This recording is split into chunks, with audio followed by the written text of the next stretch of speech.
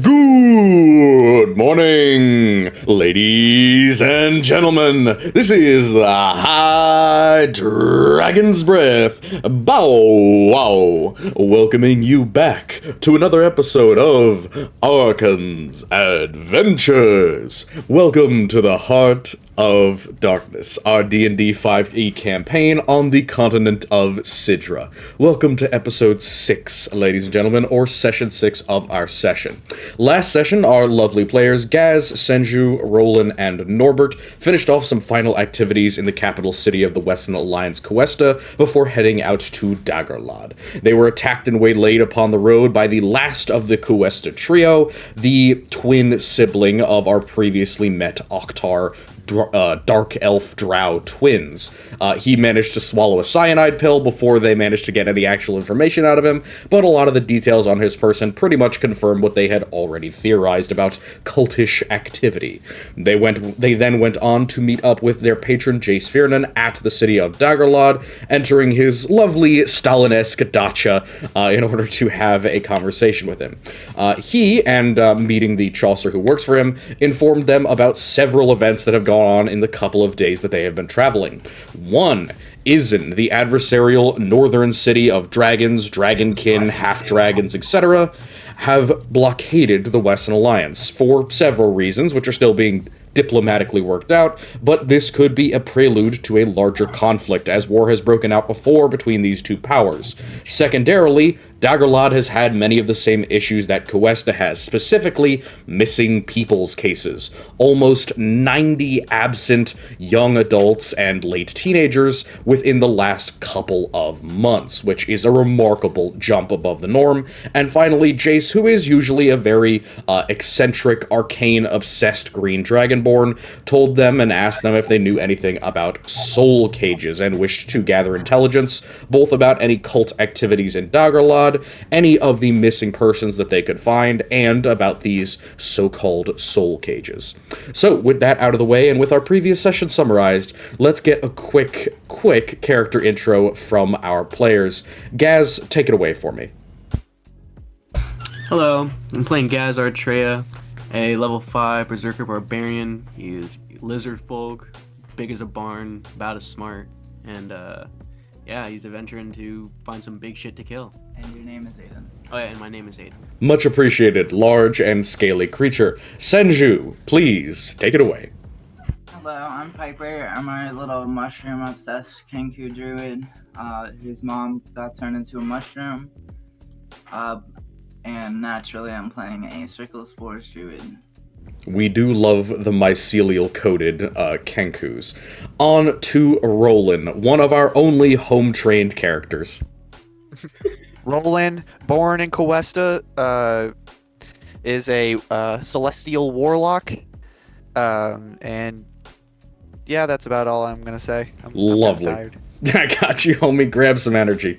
All right, and finally, Norbert. Hello, I'm Sean, and I'm playing Norbert, halfway werebearer with 4 levels in Wizard and 1 in Fighter. We could not be prouder of him for not taking Arcane Fighter. Truly, there is nothing better than mixing and matching. Alrighty, so, with that out of the way, we are still within the Dacha O Jace. I'm going to find... Yep, there we go. There's the right spot.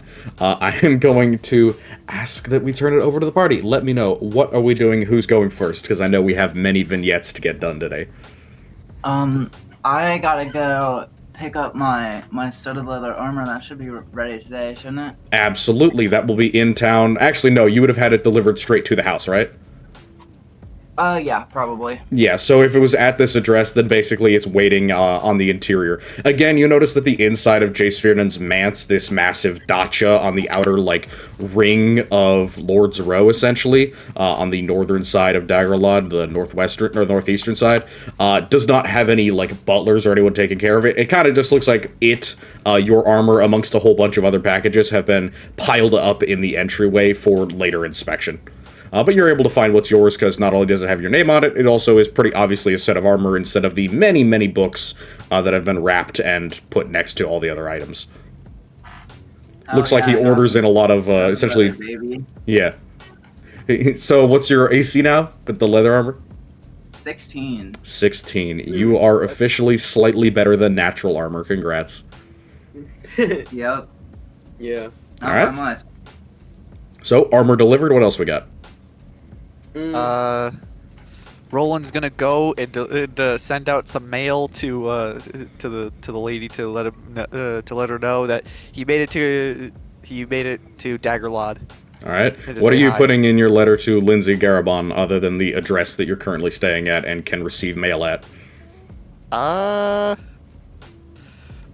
was actually gonna write something, but I haven't written anything. So How about I this? think it's I gonna- will give you a few minutes and then I will come back to you and you can just text it to me via Discord after you tell it. All right. All right. So you focus on that for a minute. You get that down. How about the rest of you? Norbert, what have you got? Actually, Gaz, quick one from you. There is. Sorry. Sorry, I was gonna say there is food laid out. You also notice that this town very different culinary-wise from Cuesta. While Cuesta is a very traditional town, a lot of like really basic stuff. This is like going from central Germany or central Europe to southern Spain. There's a very, very different tenor, even in the little like charcuterie board, where you would have expected something like a sideboard of biscuits and maybe some bread and crackers and some hard yellow cheese in Cuesta from a place like this that is welcoming you. From the few places that you went, like taverns and such that had real hospitality at heart. You notice that there's something that's the equivalent of like a Mexican tapas. It's got some really bold flavors and spices, a lot of foods that you can't really recognize on first look because you've probably never seen them because some of them literally aren't from this continent. Oh, how intriguing! Tell me, what more do I see and smell? So, what more do I say? Thank you, player. So, Gaz, it's not a huge repast, and it's clearly not put out just for you. It looks like something that may have been out for a couple of days, but you notice that none of it seems particularly bad. The cheese is very, very white and almost dusty. Like, you kind of paw it with a finger, and it feels leathery and dusty, and it's round and small, like a little keg or cask, which to you seems odd. You're not even sure if it's cheese at this point. You've sometimes seen sausages that look like this, kind of had a little bit of white bacterial dust on the outside, but you have no idea what that even is. In addition to that, there's a jar, a sealed jar that has a very flimsy metal lid. Inside is like a syrupy, thick, orangish paste, maybe? Or something stuck into paste or oil. It's hard to tell. There are a couple of what look like raw peppers. You're not sure how they haven't gone bad if they've been out here for a couple of days. And then finally, there is something that you would probably best describe as fried tortilla. Those ones are in basically a covered container, basically to protect them from getting stale. Oh, okay. They're about the size of like a large tortilla chip, but they're twice, maybe 3 times as thick. Well, I'm just gonna go. I suppose after a good day of travel like this, it's only best to grab a snack. Absolutely. There's some knives and a little plate and fork there if you want to grab some tapas.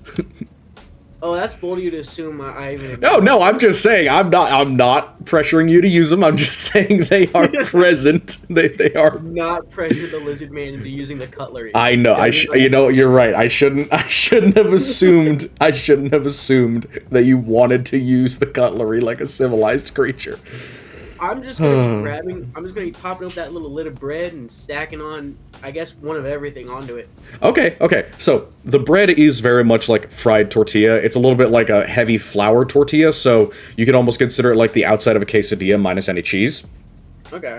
It's not terrible by itself, but it definitely needs shit on it. As you pop open this container, this kind of glass jar, you're like, not paste. Oil with little squishy things in it. You pull out a squishy thing, you put it on there. You've never seen what a pimento pepper looks like, but it looks edible, and it's on this table with other edible shit. As for the cheese, you cut into it, and you notice that it has a lot of blue in it, which you've never seen a cheese that was blue. And it looks off. Your natural senses of what is good and healthy to eat and what isn't are kind of befuddled by the funk coming off of this maybe cheese. But regardless of that, you toss it onto the thing and take a big old bite. It's an odd texture. On the top, spongy, dry, acerbic, from this blue cheese wheel that you've cut an entire slice off of and then put in your mouth. Laid it onto a tortilla. Yes, on the middle of it, hot, oily pimento pepper. Very overwhelming in comparison to the quite bland but still crunchy tortilla chip, essentially. You've discovered that these flavors work together, but you're not sure if you would like any of them individually. They might be acquired tastes. Also, yes, by the way, the pimentos are import, but everything else is actually from here. Oh, cool. Delicious. Blue cheese is indigenous to all of my worlds. I freaking love I pimento fucking cheese. love blue cheese. No, these are ranch pickled pimento peppers, just specific. You know, like the orange slimy things. Yeah, Pimento anything is good. Bomb as fuck. you're right. Pimentos are just kind of like, I don't know how to explain it. Sometimes pimentos are spicy. Sometimes they just taste like tomato. Sometimes they're very oily. Other times they taste very clean. It's whether they're packaged in water or not. These ones are in oil and they are spicy. So how do you deal with spicy food? I wonder, because how much spice have you had? I haven't had much spice, but I've definitely had my fair share of natural poisons.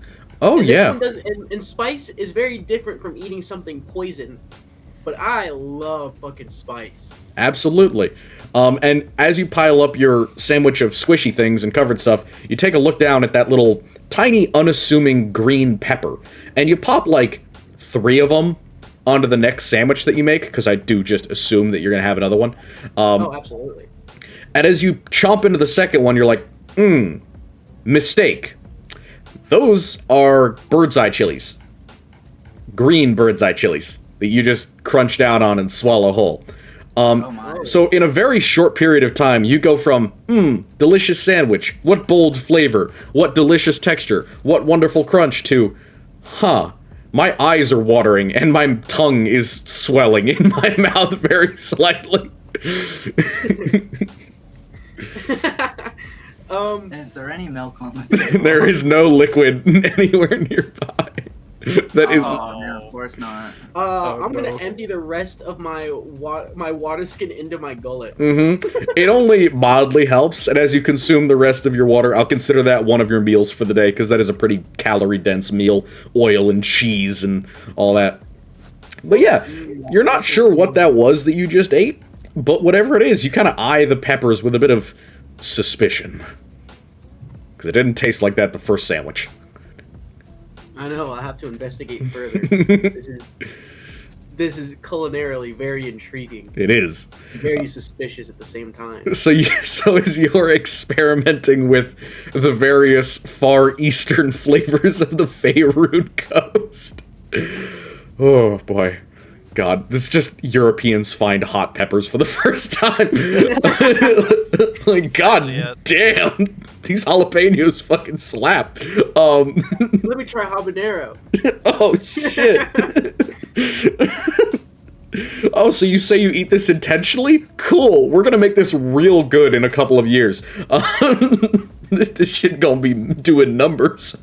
All right. It's like how continue. Sorry. Yeah, I find I don't know. Culinary stuff in D&D has always been my favorite. So on to are you just continuing to experiment? I assume yes. No, at this point, I'm gonna take a break because while my mouth is in pain, I do have a book that I want to flip through to understand humans a little bit better. Absolutely. Yes, a newcomer's book to the Westland Alliance, or was it a newcomer's book to Sidra? Oh fuck! I believe it was a newcomer's to Sidra, because you're in a place where a lot of people come from Faerun and other continents, and they need kind of a down and dirty on what the fuck the continent is and what's going on with it. Yeah, absolutely. Do me a favor, take a look through that. Give me a... Oh, fuck, what would it be to interpret this? Give me a... It isn't Draconic, so it's... at the very least I can read it. Yeah, it's not the reading that's the hard part. It's the cultural barrier. Okay. Yeah, it's the cultural barrier that I'm worried about.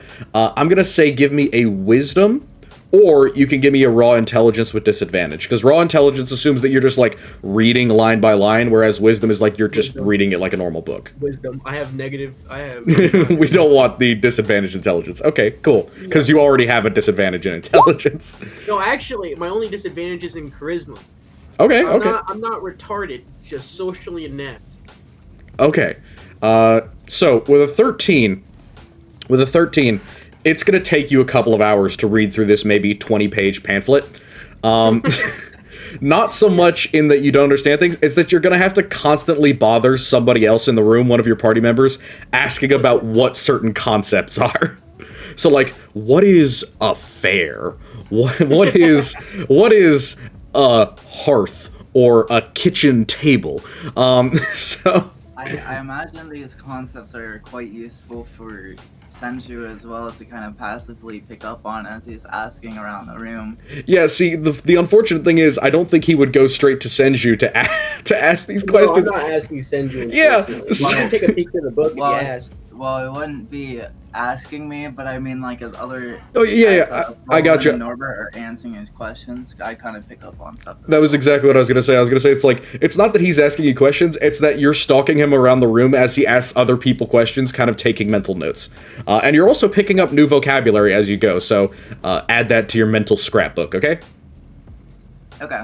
Alright. Senju, as you're doing that, Norbert, Roland, as you're bothering with writing a letter quickly, Norbert, these two, the bird and the lizard, are bothering you about the stupidest shit imaginable. Asking you about how to introduce yourself in society, things that anyone who has a brain should already know. You have a brain, so you do know. Yeah.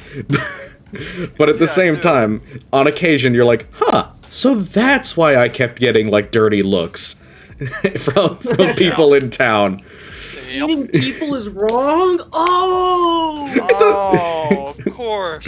It's that one fucking reaction image with the basketball player like, oh, bro, Yeah. I didn't realize I need to not smell like garbage when I go into the businesses. Damn, what a fucking mind blower.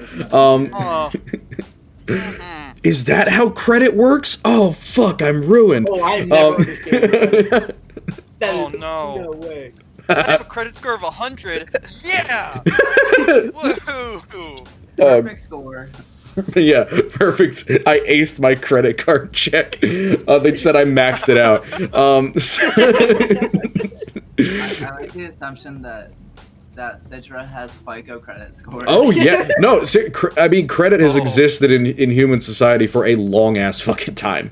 So it is, and especially in a very trade-oriented economy, the need to have credit and loans, especially from central banks, is unbelievably important. You can't go on like a multi-month mission around the continent from like Sildra Tor to fucking Izin and not be owing some money to somebody.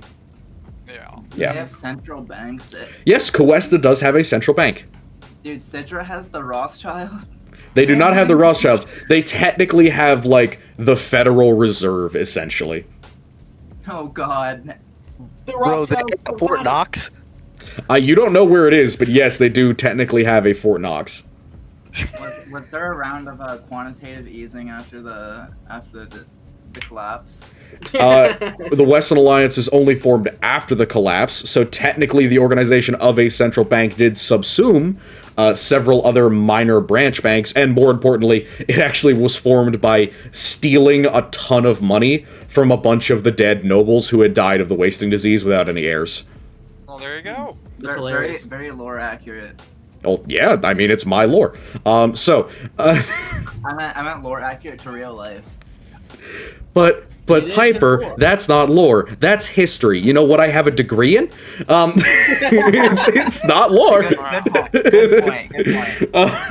So, Now that you put it like that. quantitative easing and economic prosperity, or some such, aside, what are you doing, Norbert, as I fucking recover? Yeah, after a short while of listening to these questions, and then, I mean, I want to say Norbert entertains it for like 15 minutes before he's like, alright, I've had enough. And he's gonna fuck off, essentially, to wander the rest of the manor. And, yeah, no, he's looking around. Because, alright, to him, he knows living.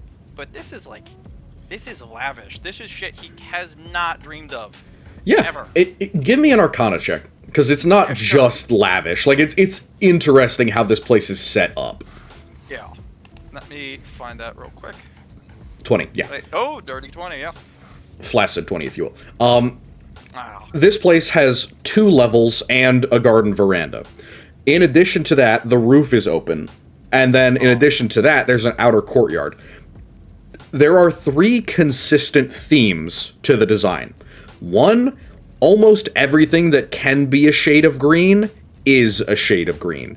The outer facade is entirely painted in thick green paint. The interior walls are a color of shell green. The cornicing and the wood is greened wood, like this almost sea-stained or algae-covered wood that, like, you run your hands over it and it's like crystal marble smooth, but it is definitely wood. You think there might be some sort of epoxy or some sort of covering or coating or shellac that has dried clear but was over, like, reclaimed wood from the ocean. The second theme is that almost everywhere on the exterior is very heavily gardened, but it's not very well maintained. So there are potted plants everywhere, but most of them are growing out of their pots. There's section of roof that you see as you come to it that had actually been penetrated into by several roots around what used to be like a drain spout, essentially, and they're drinking up rainwater. The outer courtyard essentially covers the front of the house. Again, very much like Stalin's dacha, designed for privacy, artificial privacy, on what is this kind of row of lords' houses. And the third theme is, there is arcane-related shit all over this house. All over it. Like, you can see covered cases and wall hangings and even literal scrolls, like magic scrolls, rolled out to their full extent, just hanging on the walls in rack upon rack. Now, you can't really tell immediately if they're all 100% legit, but you know for a fact that at least some of these items and some of these scrolls and readings are 100% legitimate. So to be specific about the layout, on the lower floor, it's almost entirely entertaining. It's broken up into 4 pieces. There's a central foyer hallway with a set of switchback stairs that go all the way up to the roof. It's just one set of central stairs. 2 central fireplaces that go onto both sides of the interior walls. There's 2 chimneys up the entire building's length. In the front is all very much frontage entertaining space. On the one side is a ballroom, on the other side is the sitting room library where you guys were. To the back of one of those areas, to the back of the library and sitting room essentially, is office space. And then in addition to that, clearly what is supposed to be working space and or guest rooms. And then on the other side is kitchen, working area, storage, etc. You notice nobody is in there. There is literal dust on a lot of the surfaces in the area. You can see that, like, at least the kitchen is kept clean, but the guest rooms have not really been slept in, probably, you would guess, at least a couple of months at the absolute minimum, and maybe up to a year at maximum. On the second floor is a lot more bougie shit. You find a straight-up observatory that covers half of the building in terms of square footage. It has beakers and vials and alchemical supplies next to row upon row of locked bookshelves with old metal and wooden covered books. You see a couple of stuffed beasts that look like they're half anatomical, half, hunting trophy. On the other side, you can actually see is a full-size ballroom. It is a little bit shorter than the observatory, and you assume that the rest of the space is made up by what looks like a closed-off and locked pair of rooms on the back of the other side of the building. So it's big, it's expensive, it's expansive, but a lot of the service areas and the entertaining places look like they just haven't been used, maybe ever, but at least in the last year or 2. Gotcha. So as you explore, what do you want to do? I'm gonna go up to the observatory. Absolutely. So as mentioned, there is big emphasis on 2 things. 1, alchemy. 2, the books. You do notice that there is a very large, actual observatory station. There's a chair built into the ground with a large telescope pointing up at the sky. It's clearly designed to be subtle enough that it isn't visible from the outside, but it's a very expensive setup. It's kind of like when you go into your friend's house who lives in a shitty apartment, but he has, a full-on VR headset set up, or, 3 monitors and a gaming chair or some shit. This looks not necessarily out of place because everything in here is relatively expensive, but this is out of place just for a noble to have. It's a serious piece of fucking hardware. Mm-hmm. And it's clearly been used.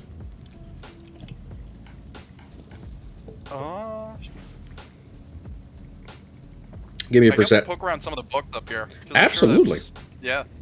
Give me a perception check. And then roll me a d6. Alright. D5 perception. Ooh, yeah, that's a 7. That's fine. D6? 3? And a 3. Yeah, Womp so womp. in terms of arcane stuff, what's your intelligence right now? Intelligence is at an 18. Solid. Yeah, none of this really goes over your head, but some of it is just outside of your reach as far as scope is concerned. You've been a wizard, and you're a competent wizard. You know your way around magic, but the people who wrote these books, whether they are from overseas or from a bygone era, they're talking about some serious shit. Like, the special notification of the Organization of Ritual Casting, volumes 1 through 6, or the history of the arcane weave and its effects, like textbooks mixed in with personal journals and accounts. A lot of the older books are clearly falling apart. They're obviously at least 100 years old. Some of them are, again, bound in metal or bound in wood slats. And while you can read the spines and you can look at a couple of the front matters, you aren't able to remove some of them from the shelf because the shelves themselves have like a chain across them and a locked bar. Clearly to prevent, theft, but also to prevent shit from falling off the shelf. Because a lot of these are big. Some of them are very loose-bound. Like you see in one quarter of these piles, there's just a big mass of what almost looks like newspapers to the modern eye. Very yellowed placard pages that have all types of drawings on them. You can see some of them are clearly done either with Jace's handwriting or done in a style that you'd recognize as similar to other writings that you've seen in the house. But some of them are clearly like old diagrams of anatomy, old diagrams of alchemical setups, and you can see at least a couple that are obviously related to geology or to stonework. Like, it said interesting things like gem or crystallography, that kind of stuff. Which is odd, because that's not usually associated with, like, traditional arcane magic. I mean, I can... it's possible he's just collected it.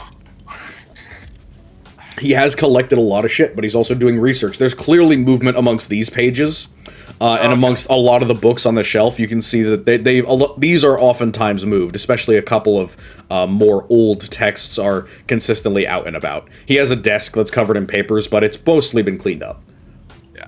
That in mind, I might take a look at the alchemical stuff. Absolutely. So, he has well over one actual alchemy kit here. It's not alchemy like gold to, or lead to gold or whatever. It isn't that type of alchemy. It's very much potionary alchemy. So you can see beakers and vials and burners. It smells very strongly of acid. There's just a slight tang, almost like there's a smell of vinegar in the air around the entirety of the supplies. You're not sure whether that's because of poor cleanliness or like cross-contamination, or whether it's just one of the vials might be cracked and leaking. You find a couple that are definitely cracked. They are in a trash can off to the side. They look like they were carrying some sort of greenish mauve slime, and you like lean a little bit closer. It definitely smells like acid or vinegar or something like that. It's not great. So whether that's a failed experiment or some sort of reagent, I don't know if you're trained in alchemy. I am not. Then it's very hard to tell what this is for. You can tell it's an alchemy kit. You can tell it's being used to create potions of some kind. But whether that is Jace's morning tea or his morning crack, you have no idea. Yeah. Alright. Rather than try and rummage through the alchemical trash over here, I think I'm gonna go back and, you said on the second floor, some of the rooms were, like, closed off? Are they just, like, locked? So there is a back hallway behind the ballroom, which, by the way, ballroom's very, very pretty. It's clearly all done up in marble, but interestingly, it's very greenish marble. You can see that for all the white and black, it's also got streaks of green. How they achieve that, God only fucking knows. Yeah. But in the interior is a very, very large chandelier, and you notice that hanging from the very center of it is a flag that I don't think you would recognize. Let me see if I have my flags of... Yes, I do. It is a flag of a broken tower with busted windows on a black field. Specifically, it's this one right here. So it's the like broken tower with broken windows on a black field. It is the crest of Izen, specifically. Gotcha.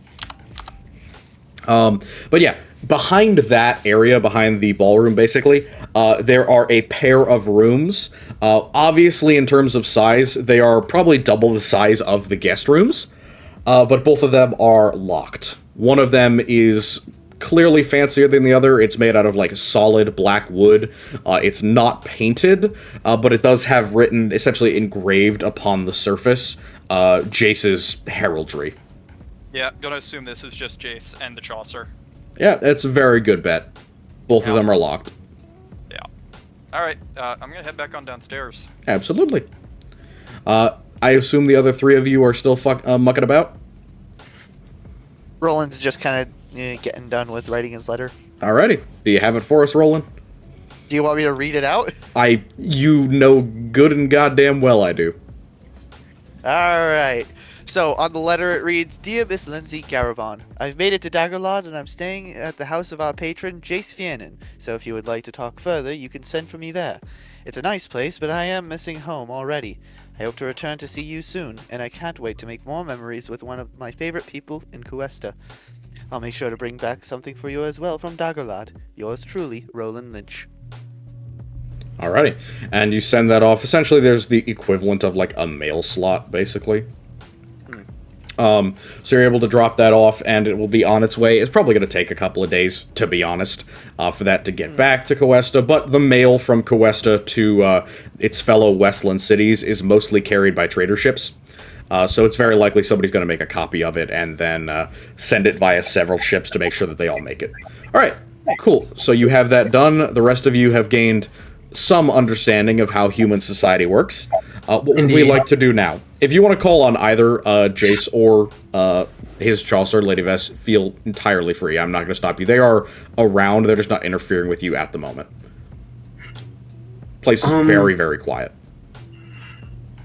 Yeah, can I go? I kind of want to go over to at least someone who can give us, like, a lead or a list of the people who've gone missing.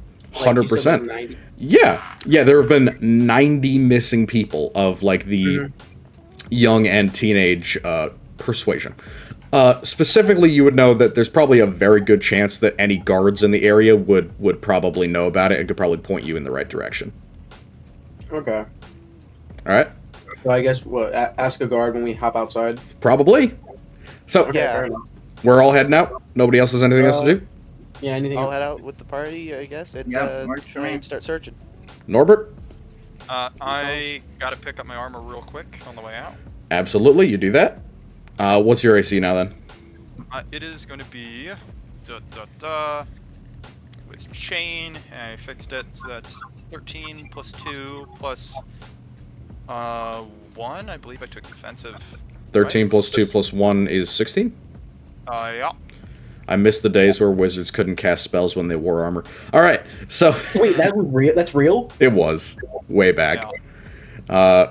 Like, if I remember right, in the edition that I was playing, which is like chainmail, you straight up couldn't. You couldn't do anything like that. If you wanted to wear armor, fuck casting spells. Rough. Yeah, that was why, like, clerics and paladins were so broken, because they could do both. So, apart from reminiscing on good old-fashioned chainmail, we are just heading out to find a guard from Daggerlord. Just find a motherfucker. Yeah, I guess At we least will somebody pop who out. could generally point us in the right direction, and then from there we kind of. I mean, work our way. probably is one of the higher ranking people in the Yeah, guard. like, is there, Oh, is yeah, there do like we a know police where- station we go to, or like a guard, like, Well- like a guard barracks that we can go to and talk to, like, a chief or someone in charge? Chief. Sorry, I don't know. The chief... I don't know. The chief thing I found... I'm sorry, I found that funny. enough. Yes, so... You are in the midst of the Mott and Bailey area of Lord's Row.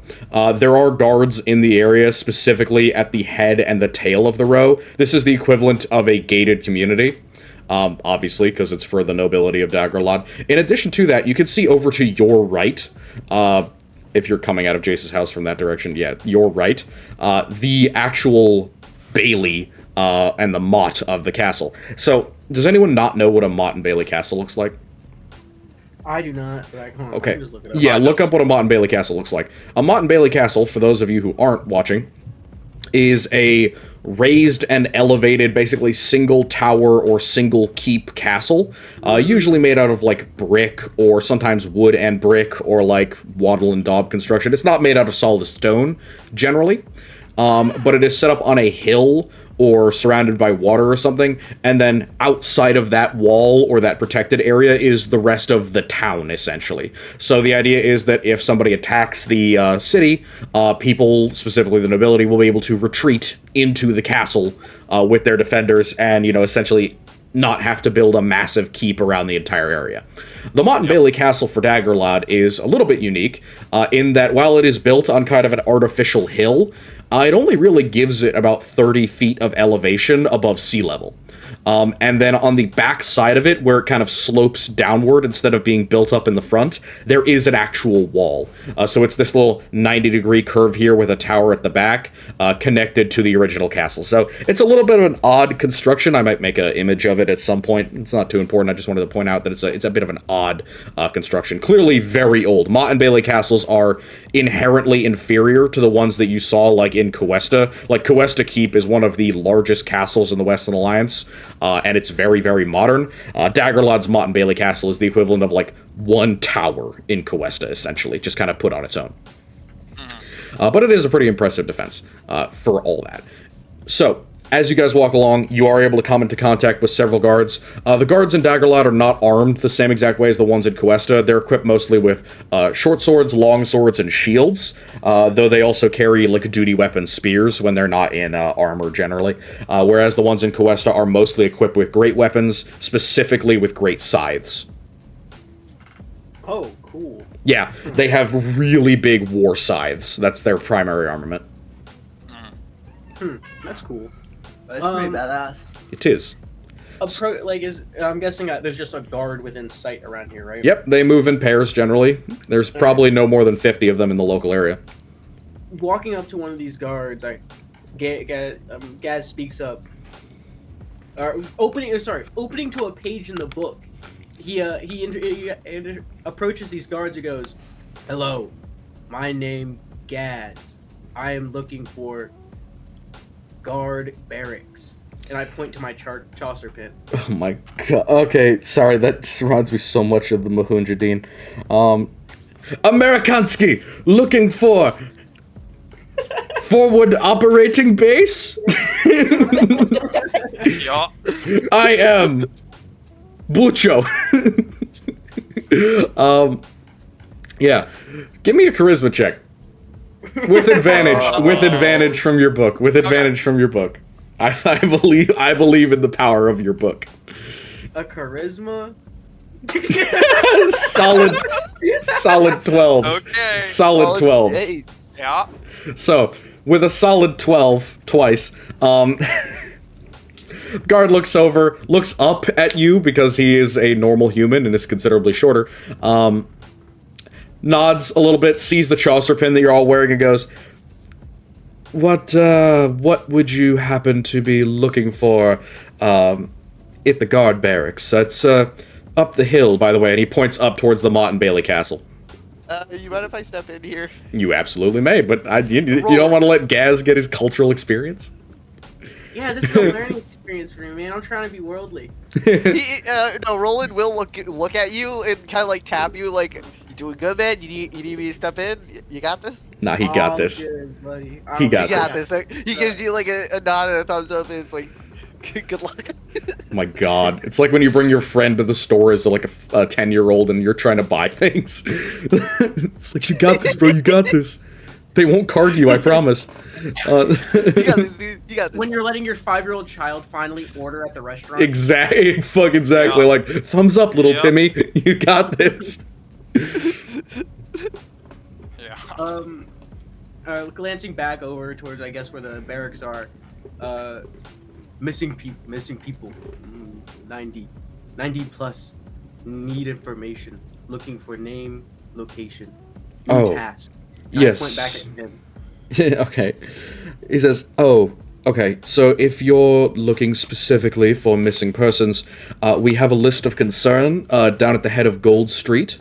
and that has several of the individuals who've had family members come forward and give their last known name, address, etc. in case of any information. There's currently a bounty out, so if you're looking to collect that, I'd recommend you go to the head of Gold Street. If you're looking for a person that I can point you towards, and he turns real quick southward and points out a small red top house on the edge of Old Town. And he says, Okay. I know that the farriers down the way had a young daughter go missing. She's my cousin. So if you'd like to start there, or if you'd like to go to Gold Street, you'll find a full list, or it's up to you. But it'd really be good if you could find them, and we haven't had any luck so far. But we can't really, he kind of gestures at the road, we can't really leave the city all that easily, whereas there's not that many of us, so we can't afford to split up. Well, he at least pointed us towards Gold. What was it? The Goldstein? The Goldsteins. No. So No. that's who owns the central bank. I Shut knew the it. Shut up. Shut up. Shut up. No. None of that. Stop. Cease. No. So he said there's a list of people who've given like names and addresses at the head of Gold Street. Okay. Gold Street is the essentially the joiner between the Intercontinental Trade District, the Lords District, and Old Town. It is this line of blue pavilions right here. Okay. I think I have a thing for it. Yes, I do. Gold Street. The other thing he pointed you to is he said that there's a farrier's. Does anyone know what a farrier is? I do. They do horseshoes. I'm so proud of you fucking all. Yes, they do horseshoes. He says there's a farrier who is missing a cousin of his on this corner over here, a red-topped house on the edge of the old district. I was thinking about the different type of farrier. What is What? the different type of farrier? Dare we Dude, ask? like it's the big ass boats that ferry cars and the ferry. Oh, that's a ferryman. Oh. That's a ferryman. Oh. I don't know if there's a ferry women. I don't think that's ever No, they're not happened. allowed. I was gonna say, I literally don't think that's ever happened in my life where I've seen a ferry woman. It's always a man in their mid-60s with no kids. So, I'm gonna be real. If anyone in this world has an example of a ferry woman, then I will change my mind. But until then, it's ferryman. My aunt actually works as a ferry woman. She isn't necessarily the ones landing and driving the boats, but she works up there coordinating it all. Damn. So technically, she works I as was a like, ferry damn, they don't woman. let her drive the boat. That's awful. No, she doesn't drive the boat. But technically, Oh. technically, she still could. Damn. Okay, technically she still could. All right, well, I stand corrected. There we go. Ferry people it is. But no, it's farriers, the people who fix horseshoes. And other types of animal feet. But yeah. I wonder if you got anything for me. All right. Dog teeth and let's You head over have to relatively normal feet and don't require horseshoes, so if one of you was a tiefling, on the other hand, Gold. Ooh, interesting. Huh. Anyway. I would So- love to know if tiefling have to get horseshoes. I imagine they don't. no. Do you reckon you can get a bonus off doing that? Like, I- I feel like there should be something for that. Like, I don't know, like, man. Should we homebrew rules for satyrs? Oh, no. See, the thing is, D&D's been trying to do satyrs for a long time. The problem is, all of the lore and mythos about them is just that they're incalculably horny. So nobody wants to implement them into modern D&D. Damn. Which Damn. is a loss, because 90% of the people who play modern D&D are also incalculably horny. Now. That can't be true. Most certainly. Oh, that's No, not it's true. true. It's true. Yeah, I wonder who he's talking to. Yeah. Yep. So where are we headed? If anybody else has other things to do, by the way, in town, there is, again, I will remind you, there is the Intercontinental Trade District, where all the folks from Faerun kind of congregate. You're going to see a lot of foreigners there, some foreign businesses.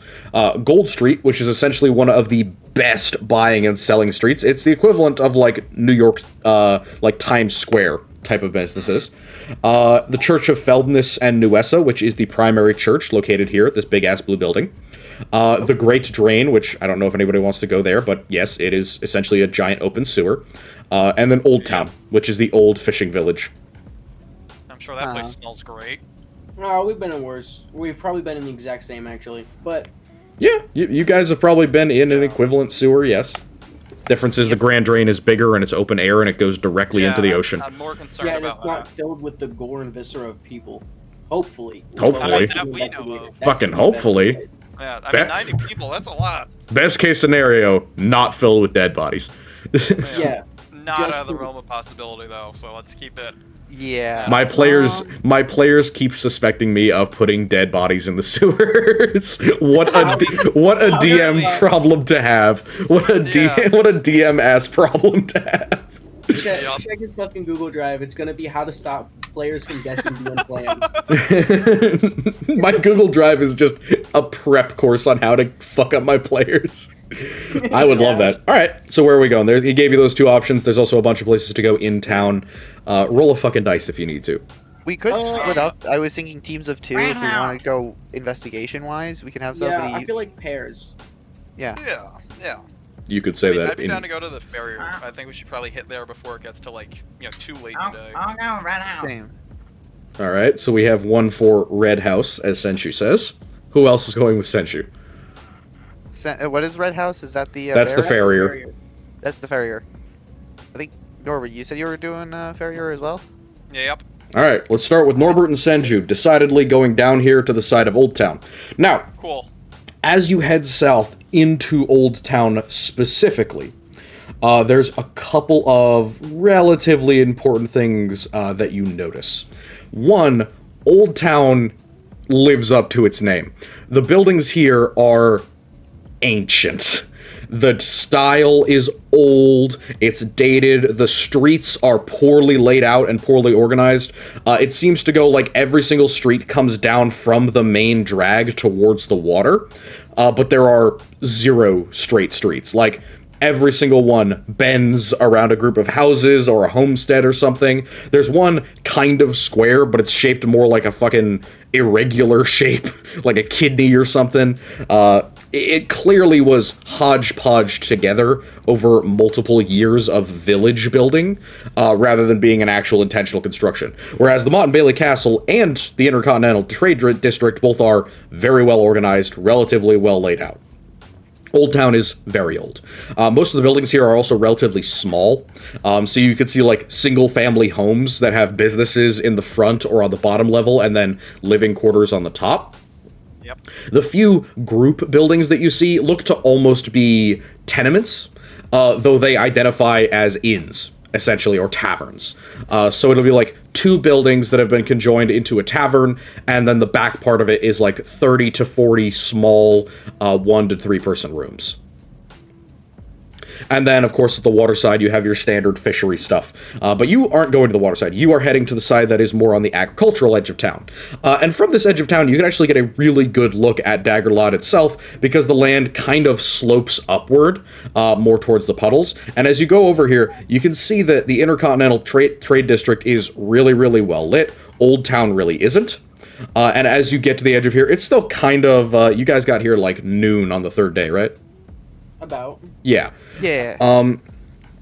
So, let me count the hours that have gone by, Christ. It's probably about 4, maybe 3:30 right now, and considering the time of year, the sun wouldn't be going down, but it is definitely going towards the ocean, so the shadows are getting a little bit longer, and as you get to this part of town, you can tell that this is probably not a good place to be out late at night.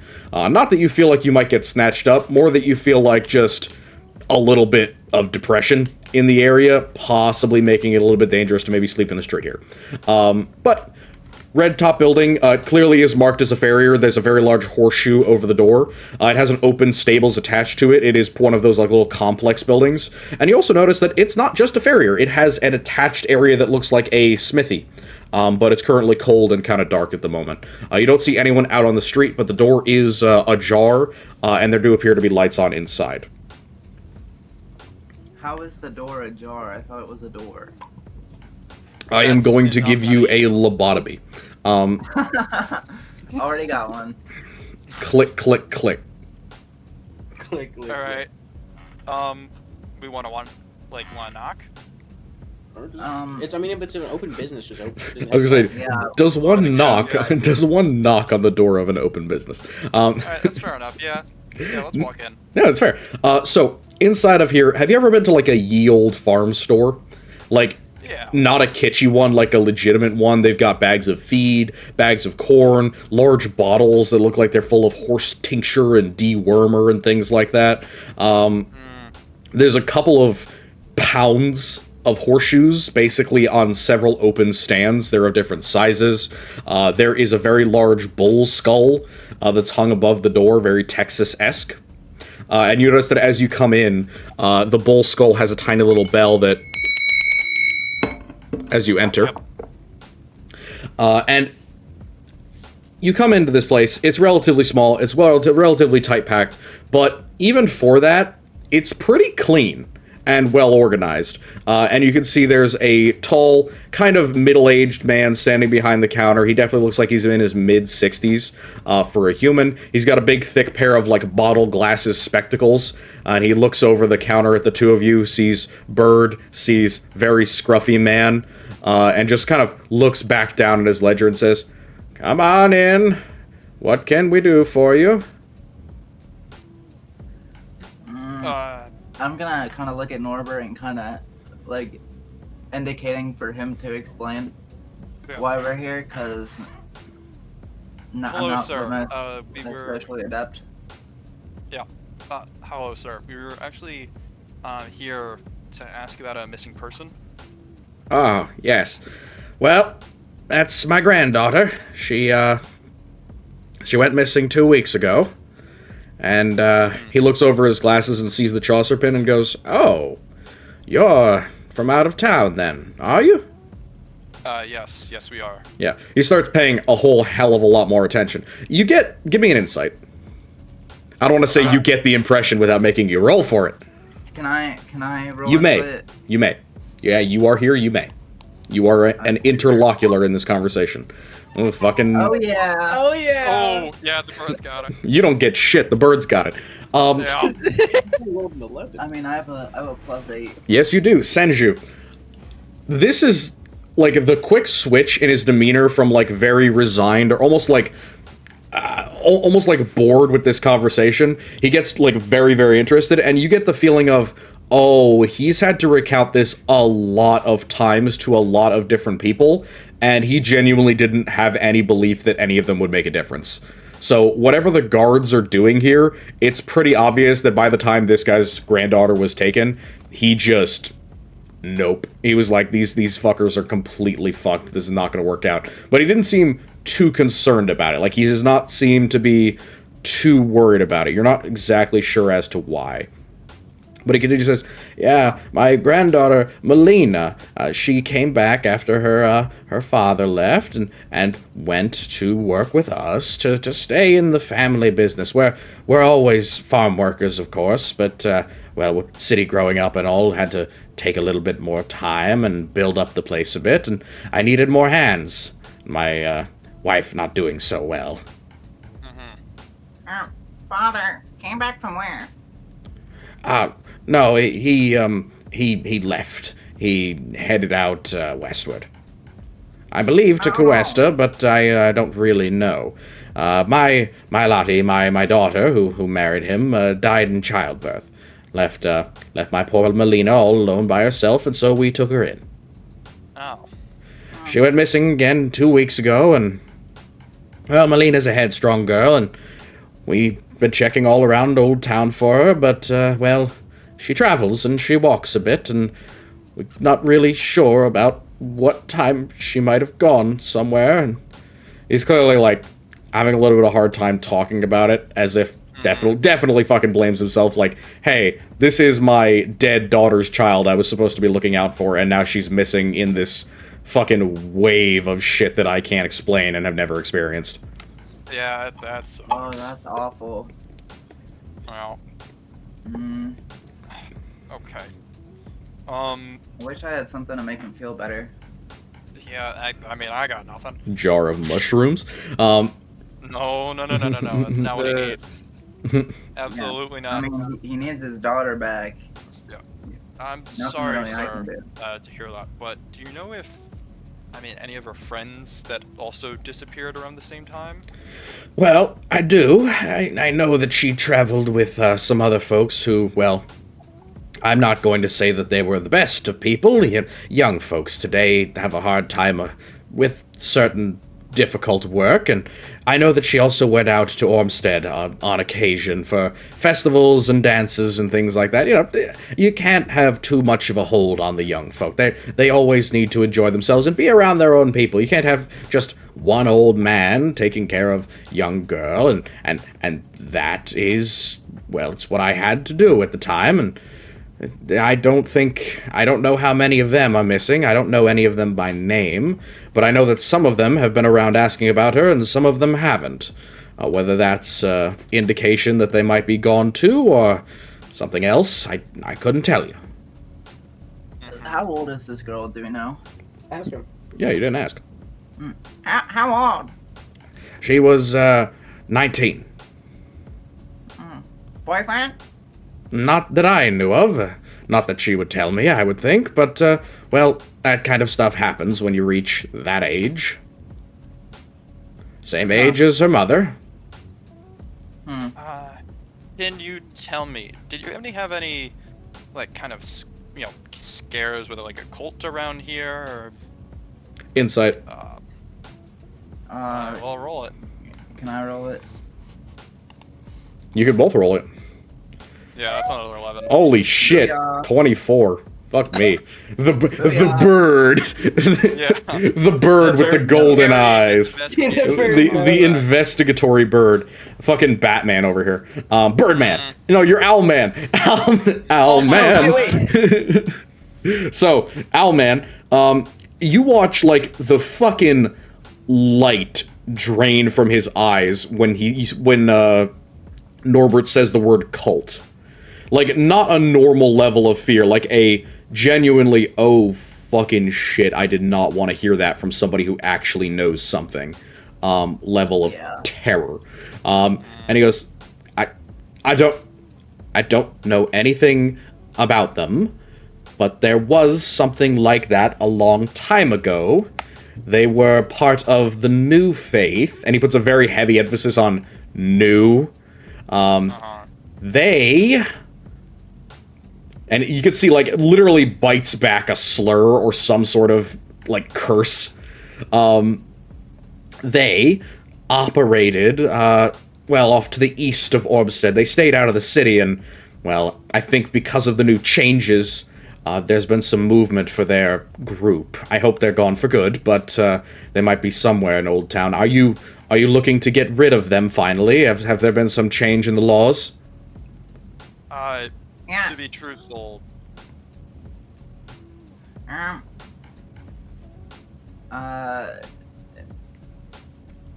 Do you have any idea what he's talking about when he says, had there been some change in the laws? Yeah, I was just about to say, no. Like, to be truthful, we haven't heard about any, like... Throw your mind... We're not looking for a specific cult, we're just trying to suss it out, because we know there's some cult-like activities for sure happening in the region. Absolutely, so you can ask him about it, or I will give you permission to roll a history, because you have been... somebody has been over this with you. I think specifically since you might have read it, or Roland might have known about it. Gotcha. But I don't know if Roland told you.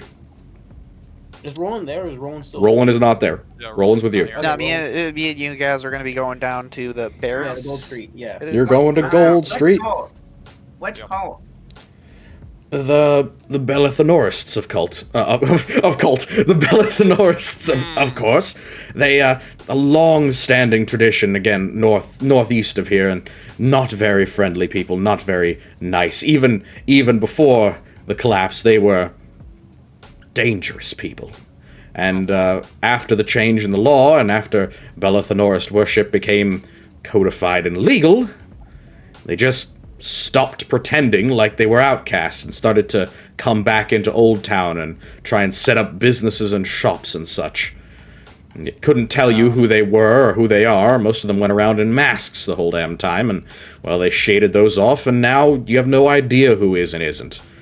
It's not that I don't trust my neighbors. I've been around here for 50 years, long before the collapse. I know who is and isn't trustworthy, but I don't know about the Intercontinental District, and nor do I know anything about Gold Street and all the scum and villainy that goes on there. So, as far as good old-fashioned working folks are considered, Bellethanorists are still exactly what they've always been. A cult, nothing more.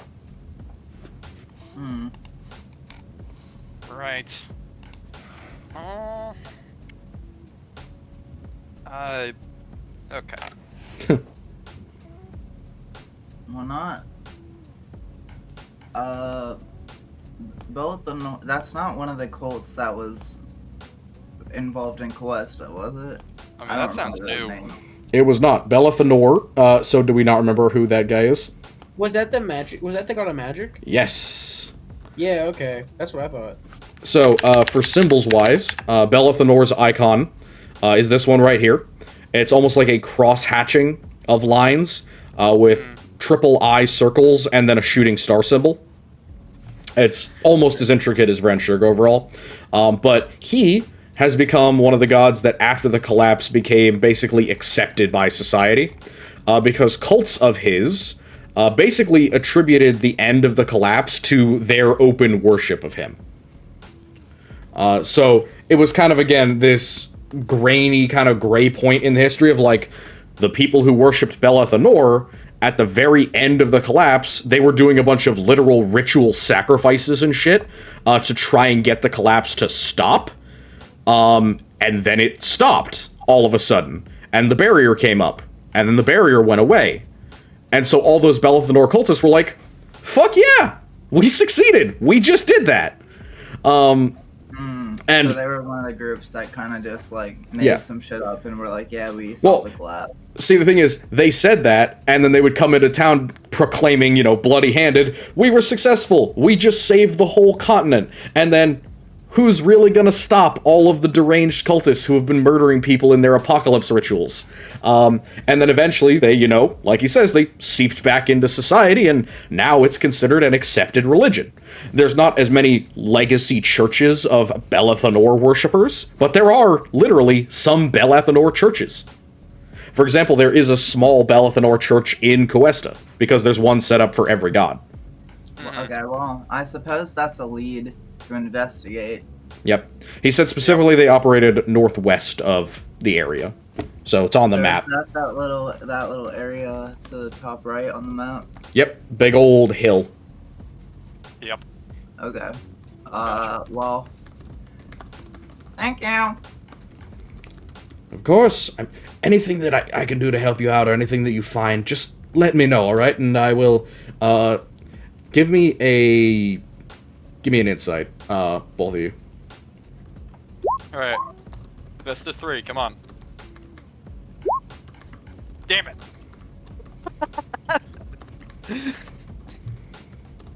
Oh boy. Not a perceptive bear. Alright. Oh, Winnie the Pooh. Yeah. With a 19, he's holding something back. Pipes. Senju can tell that this guy has done something on his own to try and aid this investigation, and it definitely wasn't 100% legal.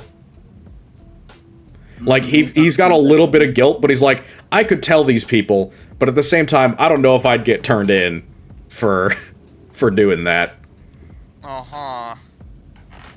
Okay, so I guess kind of gleaning this, I'm gonna look to Norbert and I'll be like, oh, go on ahead. And I kind of hang back for a sec. Fuck off, bear man. And Norbert waddles away. Or waddles nearby. Waddle waddle. Anything you guys would like to buy from the farrier, by the way? No, I think I'm good on my, I'm gonna yeah. kind of go off to the side and kind of lower my voice a little bit and Go off, King. Is there anything else you might know that should stay between us? Persuasion with advantage. Fuck! Damn. Dude, with the +4. Damn. That's an unfortunate 8. He's gonna look down at the bird in your armor and your gear and shakes his head and says, you know, tell you what, I can't tell you, but I can offer you this. And he holds up something underneath the counter, and he holds it out to the side. It's a small bag, and he jingles it, and it makes a very ch-ch-ch-ch. You find anything, this goes under the table to you. not anybody else. Ooh. What? Wait, what was the noise it made? Like coins clink. I made it with my mouth. Oh, I don't have any. Hold up. I have ASMR coins. I don't know. Can you fucking hear that? Not really. All right, whatever. ASMR coins over. Okay. I get the picture though. Yes. I kind of nod in understanding, and I'm like, I'll do my best. I'm sure you will, and feel free to collect the rest of the money that they gave at the bounty office, but and God knows if that insane amount of money is ever actually going to get paid out to anyone, so he shrugs. Useless. I Alright. see, okay.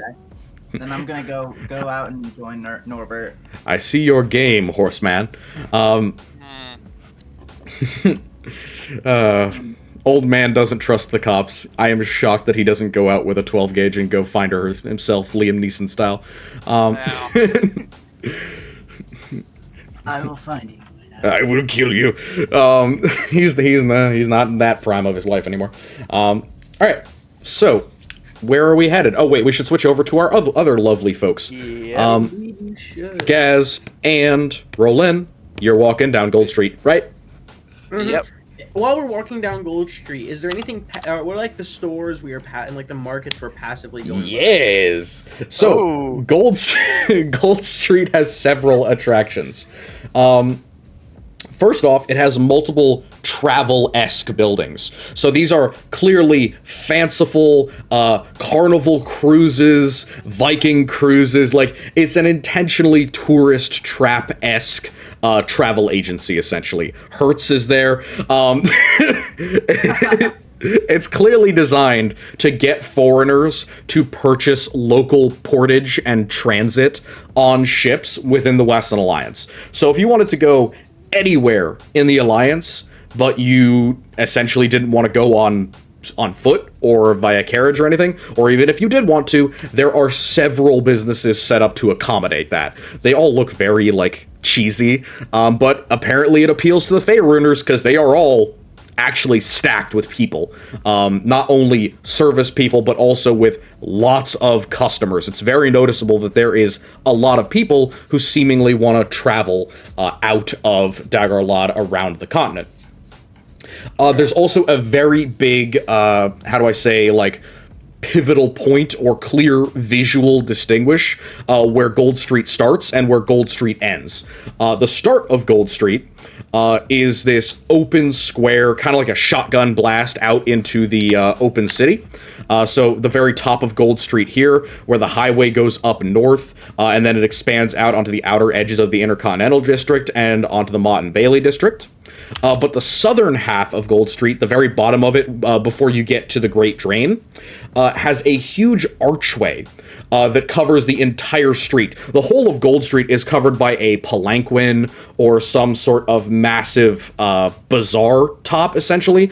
It's wax, colorful drapery and cloth that acts as a pavilion for the entire street. It's almost 150 feet long. It's basically built into the facades of most buildings, and it crisscrosses the entire street, meaning that Gold Street stays open, rain or shine, sun or snow, storm or anything, because they have a permanent roof over the market. That's crazy. Yeah, and inside of it, there's some pretty big lamps and lanterns. At the end, though, is this covered, what you would almost call like a bridge, but it's clearly built between two conjoined buildings. They are marked out as the quote-unquote Old Towers Inn. And the Old Towers Inn is massive, it's imposing, it's made out of solid stone, which makes it a very big improvement over most of the buildings, even the ones on Gold Street. It is almost the size of one of the McMansions, and it straddles the street. So it's an inn that's about 1.5 rooms wide, and you can literally see people staring out of their windows right over the street. It's almost like having a Hampton that straddles a main road. It's a very, very famous old inn. That's at the very southern end. Along the street itself, you see the most high-end dispensaries. Some of them are clearly foreign influenced. You can see several shop owners or shop vendors who are of races not native to Sidra. This includes a couple of high elves, wood elves, Aarakocra, couple more individuals who you'd probably identify as various flavors of non-native Sidran Dragonborn. Mostly gold and silver. Those are a couple of brass. What was, sorry to cut off, but what was that one race you said? The Aarakocra. Go back. Yeah, is that the bird? Is that bird people? Yeah, that's bird people. But bigger bird people who can actually fly. Oh, okay. So like the less chud version of Senju. Yes, okay, the less chopped version of Senju.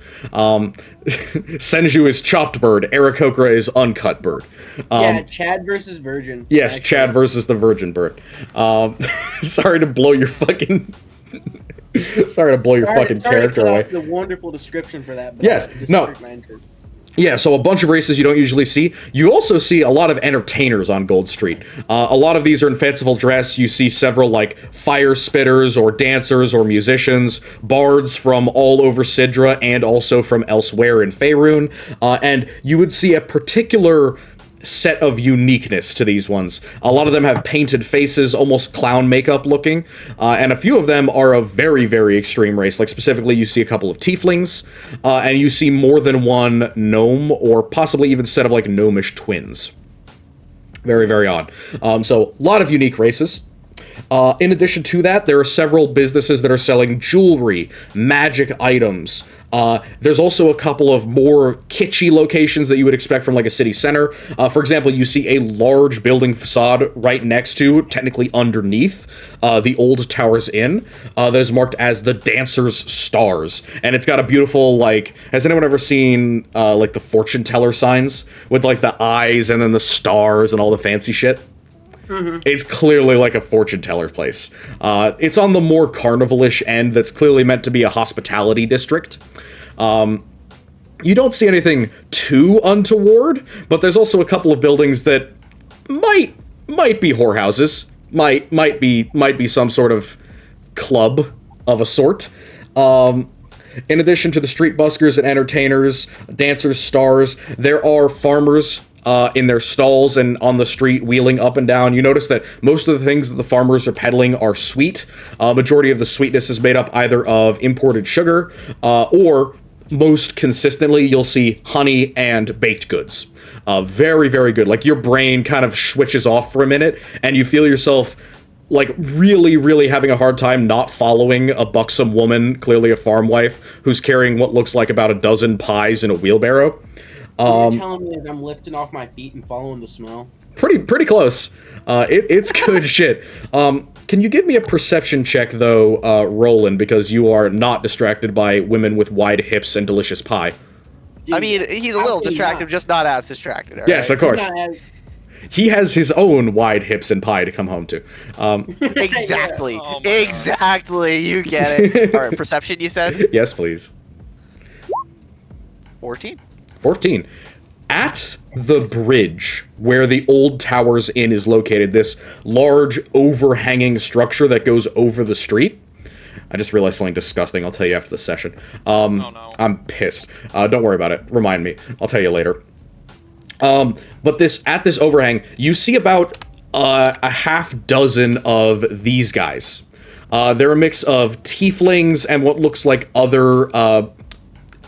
I wouldn't say disreputable, but like you see tieflings, a bugbear, a hobgoblin, and then a human, all hanging out together, all wearing the same iconography. They have shields, long swords, and great swords, or bows in the places of great swords, and they're wearing very heavy armor. Like, most of them have a scale shirt, some of them have half plate, other ones just have a breastplate. And their shields all bear a similar device. This image of a gold coin with an Athenian-looking woman's face on it. And they all also have talismans of the same symbol. They're also handing out these talismans and symbols to people on the street. That, to you, looks like they're actually handing out gold coins, but they're clearly impressed with this person's face on them. There's about 6 of them on either side of the street. Okay. They're clearly not guards. They are way better armed and armored. They also look much better built. Like, these are... Can anyone give me, like, a insight or a history out of the two of you? Does it have anything to do with Nothing to do with the Outer Gods. Okay, cool. Something more.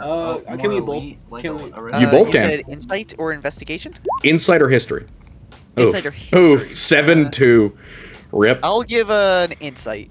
Them buxom broads and their delicious pies are distracting Gaz to no dude, I'm end. not even paying attention to them no more. Yeah, to be honest, I can't even. He's doing okay. I can't even blame Gaz because it's the most sensory overload place. I recently went to Buc-ee's for the first time. Oh my Oh, god. shit. Yeah. That was It's in Mecca. It was Southern Mecca. It was incredible. No, nothing will ever compare to Buc-ee's. I don't want to live in a country. Hell, I don't want to live in a state where a Buc-ee's is not included, and I don't, so I'm okay with that. But yeah, just any time that you have the excuse, go to Buc-ee's. It's so worth it. I was not a believer. I have missed the opportunity to go to Buc-ee's 18 times on the way from college back home. I drive by a Buc-ee's on I-95. I went through 18 times. I never went because I thought it was a gimmick. I was so wrong. But it's so fucking worth it. You have been enlightened by the ways of Buc-ee's. I've been enlightened by the beaver. The beaver has told all. Beaver consumes The all. beaver consumes. The beaver The one in South Carolina? No. The one's in Brunswick. Oh, the one in Brunswick. Damn. I always Yeah. go to the one in South Carolina. Yeah, because it's closer to you. For me, the South Carolina one's actually a bit of a drive. They're building one in New Kent. I know.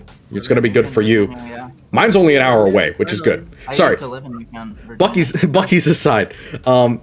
Bucky's aside.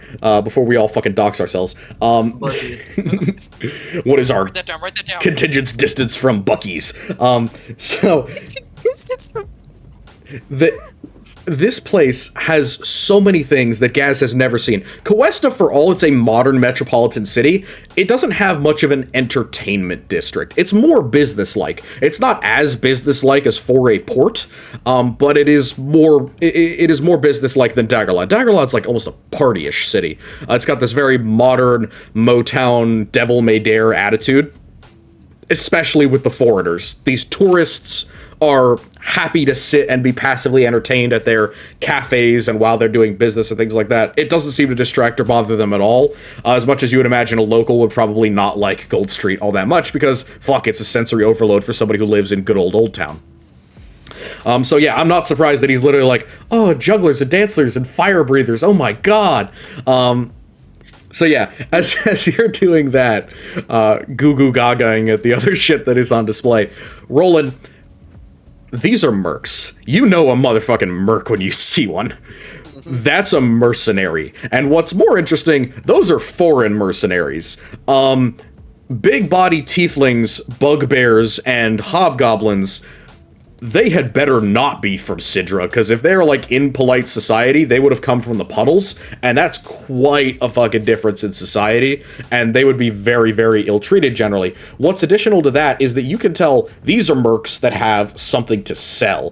From the amount of gold that you watch them give out in, like, a series of minutes, basically, they're dropping maybe 10 to 15 gold pieces, roughly, every couple of hours, basically.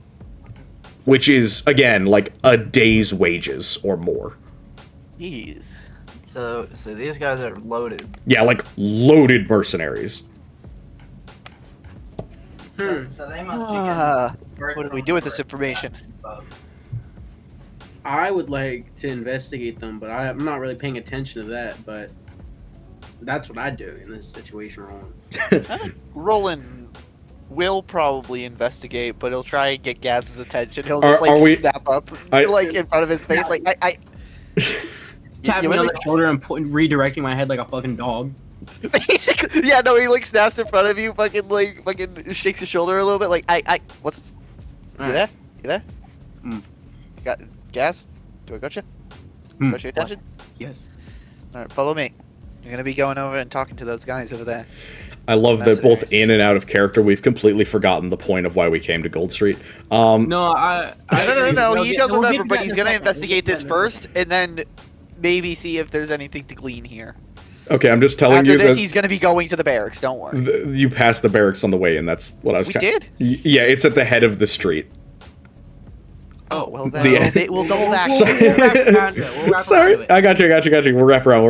I think, it's Roland was perfectly in following character. Gaz because he didn't want to. He wanted to make sure Gaz didn't go too far. Or blow any money. But yeah, it's Exactly. So we had to keep an eye on Gaz. That's what's going on here. it is perfectly in character. By the way, it is so in character for the two of you to be like, "Oh my god." Wow. Oh. Roland is able to operate Gaz. It's like in Over the Hedge where they find a supermarket for the first time. Yeah. Oh shit. Yeah. All right. In the last episode, Gaz, fucking back to the Hover the Hedge, fucking finally found a chip. Yep. Mm-hmm. Exactly. All right. So you approach these very heavily armored, very dangerous-looking men and half-men. One of them reaches out to you, gruff-looking half-goblin, says, "Wokain's blessings upon you. Here you go." Oh, you're something like a soldier, aren't you? He looks at the Chaucer pin like, that's clearly something military, probably. Sort of. I was just curious, a little curious about your outfit. Oh, glad to hear it. Gedrick! And he holds out a big fucking palm. What? Gaz takes and shakes it. Squeeze. Strength check. Strength check. Ooh, 13. Holy fuck, I just rolled a 1. Fuck me. This hobgoblin's having an off day. Counter squeeze. Yep. Gedrick, makes a face and says, "Oh, jings. Well, I do hope you do join up with us. That's a hell of a grip you got there, big man. Yeah, well, we're Joaquin's guides. We're warrior, not exactly priests. We're warrior mercenaries of the Lady of Coin." And he holds up his shield, which has this, again, embossed symbol. I'll make it bigger for you guys. God, I love this system.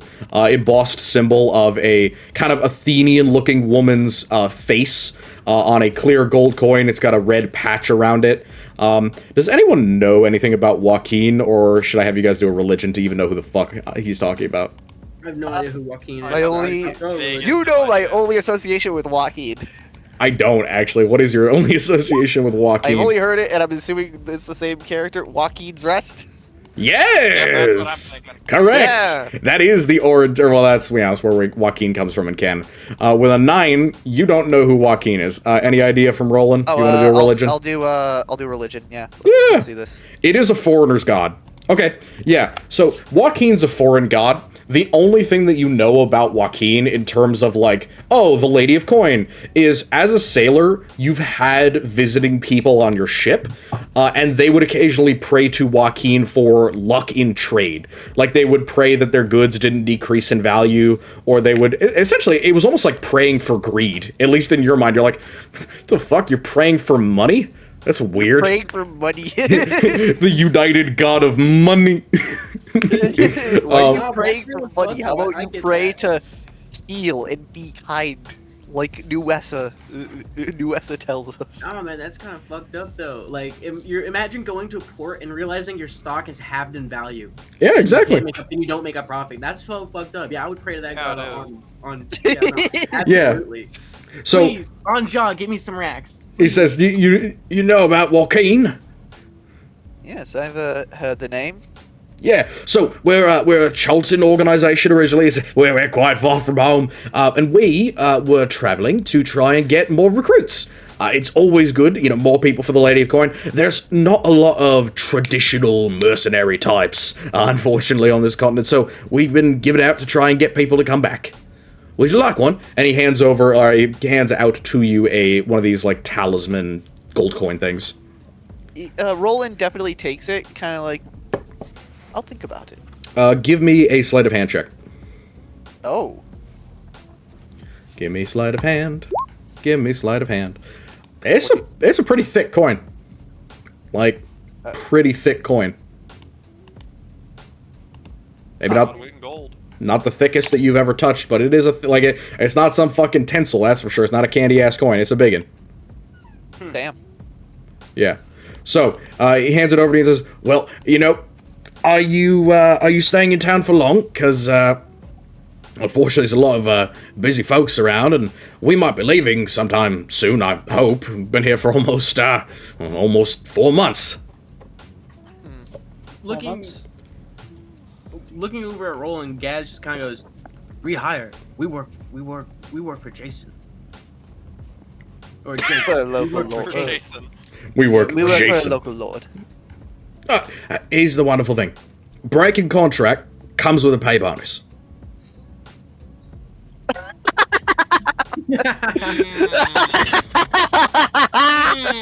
Where's the plot going from here? Huh.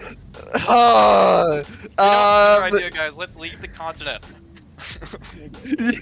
yeah, let's just get out of here and then go under these fucking no. Okay. Roland just kind of. Oh fuck! All right, so literally he's been just offered like, you'll get more money if you join up with us. Well, you don't have you looked through the consequences for breaking your contract as a Chaucer? I'm probably not gonna because I don't think he Yeah. wants to. This has been like one of the better jobs that he's had. I know. I'm just asking. Have you looked through the I don't know if anybody here has taken like a second look at that contract other than to ask about payment. No, No, There I are- don't think I he can't even wants read to the contract. anyway. It's not So even draconic. whatever threats that may exist within the threats of breaking contract, he's not gonna break contract. Of course. Yeah. So go ahead. Sorry. I don't know if he'll stay that though. He's going Find to, a diplomatic way to turn him down. Exactly. He's gonna look at the coin and just kind of turn it over, Yeah. looking it over, kind of inspecting it, and then just responds, "Well, kind offer, but first there are things I need to take care of." So, Well, of before course, I of course. consider- Again, it is limited time, just because we might be heading out soon. Again, 4 months in a place halfway across the world, trying to get back at some point soon. He clearly looks like he's trying to manifest like, I'm really, really tired of standing in this fucking street and giving out hard-earned cash in a place where basically nobody's interested in entering a fucking entering into a mercenary group that's just going to take them away from the continent. Right. So, A little weird, but yeah. there's part of me that's a little suspicious of them, but I don't think they're validated suspicions. Valid suspicions. Yeah, you know, they just Out of- seem a little off, you know.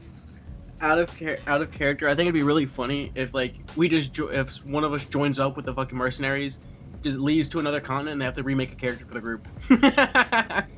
That'd be, I think Not that's kinda illegal. funny, but Not illegal. yeah, It's- no, not, It's good to give options to leave the campaign as players. Yeah, it's- That adds to agency. no, that's it though. However, apart from an unreliant upon that, what else can I do for you folks? Are you guys just walking away after grabbing your gold? By the way, Yeah. don't just add that to your gold thing. It is technically not a coin. It is more of a trade item. But Right, how heavy is it? And is it worth its weight in gold? Like how heavy is It is technically worth its weight in gold, but you may want to get it like appraised. Has Okay, fair do we both get one, or is it just one for the the two one of for us? both of us? It is one for the both of you. Okay, Perfect. fair enough. I guess Roland's gonna have it for now, but Yeah. He kind of tucks it in his pocket, and it's like, well, I think we'll get back to you on that, but it sounds like you're moving out soon. I will ask, have you been here late at night, or in the surrounding area late at night? Or Well, just- we're protecting these two businesses at present. This one here, and he gestures with a finger towards the old towers, and he says, "This one is where we're staying, and it's where we are kind of protecting. It's where our boss, so to speak, where he's staying. And this spot here," and he gestures towards Dancer Stars, says, "New business just got opened. They hired us as private security." All right. I'll Yes, see you, it's quite the shop. Highly recommend it. Okay. wait, well, Yo, ask them if they know anything about the missing people. That's metagaming. no, you're right. Don't. Yeah. It's not Plus, I don't think I want to ask. I don't want to ask. yeah, we're him gonna that get anyway, information on the missing because people, I too. don't. One, I Well, don't Sorry, I'm want not to getting- cause alarm, nor do I really want these guys trying to interfere with an investigation right now. Okay, disregard my comment. Disregard. Has been. Yeah, no worries, no worries. I was Um, gonna do it anyway, whether or not it was. I was gonna do it anyway. I was gonna do that anyway. Shut up! Shut up! Anyway, Roland kind of tucks the gold into his bag, and he's just, I'll see myself off then. If, Bye, big man. Alright. As well. See you again another time. And you guys walk off, I assume, back up Gold Street. Yeah, let's. Yeah, let's back go- to the barracks. So on the way, he does give the gold coin just kind of a look Bite. to see if there's anything odd on it, or if there's You will bite it? anything. Yeah, I assume you wouldn't. No. All right. Give me an investigation straight up. Investigation straight up. All right. Yep. Ah. It seems like a normal gold coin, maybe a little bit over thick. Fair enough. All It's not bad. He kind of gives it to Gaz. Here you go. All right. Congrats, Gaz. Don't eat it. All right. he adds in. Chocolate Don't eat it, coin. Gaz. This All right. It seems like it's real gold, but we'll probably have to get it appraised. Yep. So you head on up to the barracks. It's a rather austere-looking building. In terms of the map, it's right here. It's this little gray one, just to the side of the entrance to Gold Street. It is also in direct line of sight of the Church of Feldness and Nuessa. That church is real impressive. Real impressive. Has anyone ever seen the entrance to, like, Jurassic Park? Yes. Yep. The giant fuck-off doors with, like, the palm trees yeah. and shit? Oh yeah. The entrance to the Church of Feldness and Nuessa looks like that. It is enormous black iron doors with little pots of fire burning in them with very sharp spikes. It almost looks like some shit out of Mordor. Roland's gonna have to go exploring that. Yeah, a lot less terrifying and intimidating, but very much like imposing, massive architecture. Very, very impressive place. You can't see inside of it at the moment, but doors are kind of like slightly ajar, big enough for people to come through. As you get to this guard station, you can see something that's a little bit odd. In addition to the regular, like, 10 or so guards that are loafing about the place, there's a couple of people in stocks. There's a couple of people in leg stocks, some in head stocks.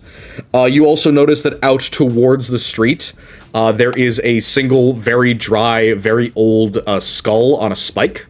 It clearly looks like it's been there for probably a decade or more. It's, like, ancient. The people in the stocks of both kinds look just kind of peeved and annoyed. One of them has some flowers in his hair. Another one has clearly had some sort of fruit and or vegetable thrown at him. He doesn't look too upset about it, but he also looks like he might still be drunk from the day before. Or day drinking, one of the two. The guards are also clearly being harassed. Not by drunks or by random people in the street, but by a gaggle of about 8 or 9 women. At least 2 of them appear to be half-elven. One is clearly a halfling. But they are all obviously red in the face, obviously just recently got done shouting at one poor beleaguered guard before he came over and got his friends to come help him not get yelled at. But that's what you see as you come to the location from the street. All right. Well, let's see if we can't. Actually, let's scrap that. Gaz is walking over to the gaggle of just irritated women and exasperated guards, I suppose. Yep. You hear several surprised little gasp noises as like a 6-foot-something lizard man just walks up behind all these people. Yeah, I'm gonna say Roland is following in like close step. Roland is a mild moderator to the fear. Yeah. Perfect. Completely reasonable fear, I'd like to say. It's not a race thing. It is a just straight up, holy fuck, I didn't know they made him that big. So, what are you trying to do? The guard looks over them, clearly still trying to mollify, but is like, please, distract them. Please, distract. Athletics check. I want to just do a backflip in front of him. Fuck it. Are you... what? Performance check. No, this is not athletics. This is performance. Fuck you. Performance? This is an intentional distraction. You're not achieving anything physical by doing this. So give me performance. Rats. All right then. Mostly because it's funnier if you fail. Holy fuck. Oh my god! Oh, all right. Nat 20. Hard The dice 20. said he wins it. You know what? No, I'll narrate this. So, you are a big man. Broad-chested, dressed in buckskins and leather, smelling of the road and other sundry materials. But the last thing that this halfling woman expected from her day of going out on the town and complaining about the ineptitude of the guards is to have her entire body massively overshadowed by this enormous creature backflipping over her entire form and then landing on his feet on the other side of her. You watch as she does a straight up double take, not just of your jump and landing, but like you watch her head completely retrace the fact that she was just backflipped over. And you have officially attracted the attention of everyone within about a 10-foot radius. Okay, so what's the plan here? No. Out of character? What's the plan here? What's the plan here, Gaz? I wish I knew that too. I wish I knew that too. Are you setting me up to? Are you setting up to talk? Or are you? No, I just wanted to do that. Rad. Radical. He's a kid from the 2000s. I don't know. I wanted Unmedicated. to escalate the situation with that, and it seems like I did. You have not so much diffused the situation as momentarily redirected several pairs of upset eyes towards you. Roland, I think, is going to use this moment to kind of step in and maybe try and reassure people and just be like, I understand that. He kind of goes up and kind of takes center stage in front of Gaz, kind of just like all eyes are on Gaz and kind of like hoping Gaz goes along with it, and it's like just go along with it. I'm gonna take up center stage just so I can make sure like that book did nothing for Gaz's physical abilities. Sorry. Go ahead. So Roland's basically going up. I understand, and saying to the women, I understand that you are frustrated. We understand. We are now new arrivals here, and we are going on and taking the case. Don't worry. We will find who did this. Persuasion with disadvantage. Yeah, you're a Chaucer. Persuasion flat. Persuasion with advantage. 19. That's not advantage. Still 19. You keep corroborating distraction with impressive. If I set off an M80 in my pants, it may be distracting, but it's not all that impressive. I don't know. I think that's pretty. I do think it's impressive to see a giant fucking lizard man backflip over somebody. Well, yeah, but it's not part of a routine. He clearly just did it for the shock value. Yeah, I know, but And he also doesn't. If he had made that epic declaration, and he had been the one to succeed in the persuasion, then I might have given him advantage for the thing. But you didn't do a backflip. You just walked in and went with his joke. But a 19 is enough. There are still several grumbles, mostly, I can't believe it's having to get this far, and it's been weeks! You telling me you're just here now? Where did you come from anyway? Why are you... What are you... That's from the halfling, like, looking up at Gaz, fucking monster creature in comparison to the 3.5 foot tall woman. Crouching down, yeah. Gaz picks up and just goes, I Chaucer. He's like, Roland's like, yes, we are Chaucers. You watch her do on the road, but now we are here. You watch her do the thing of like when a child gives you an answer that is both stupid and also correct. She like blinks and nods like, okay, I'm not gonna talk to that. I'm not gonna talk to that. I have no reason to speak to this thing. But the guard kind of breathes a sigh of relief. Says, "You heard them. It's Chaucer business now. You can worry about it there. Who do you work for?" He's clearly about to be like, go visit this noble instead of bothering us every day.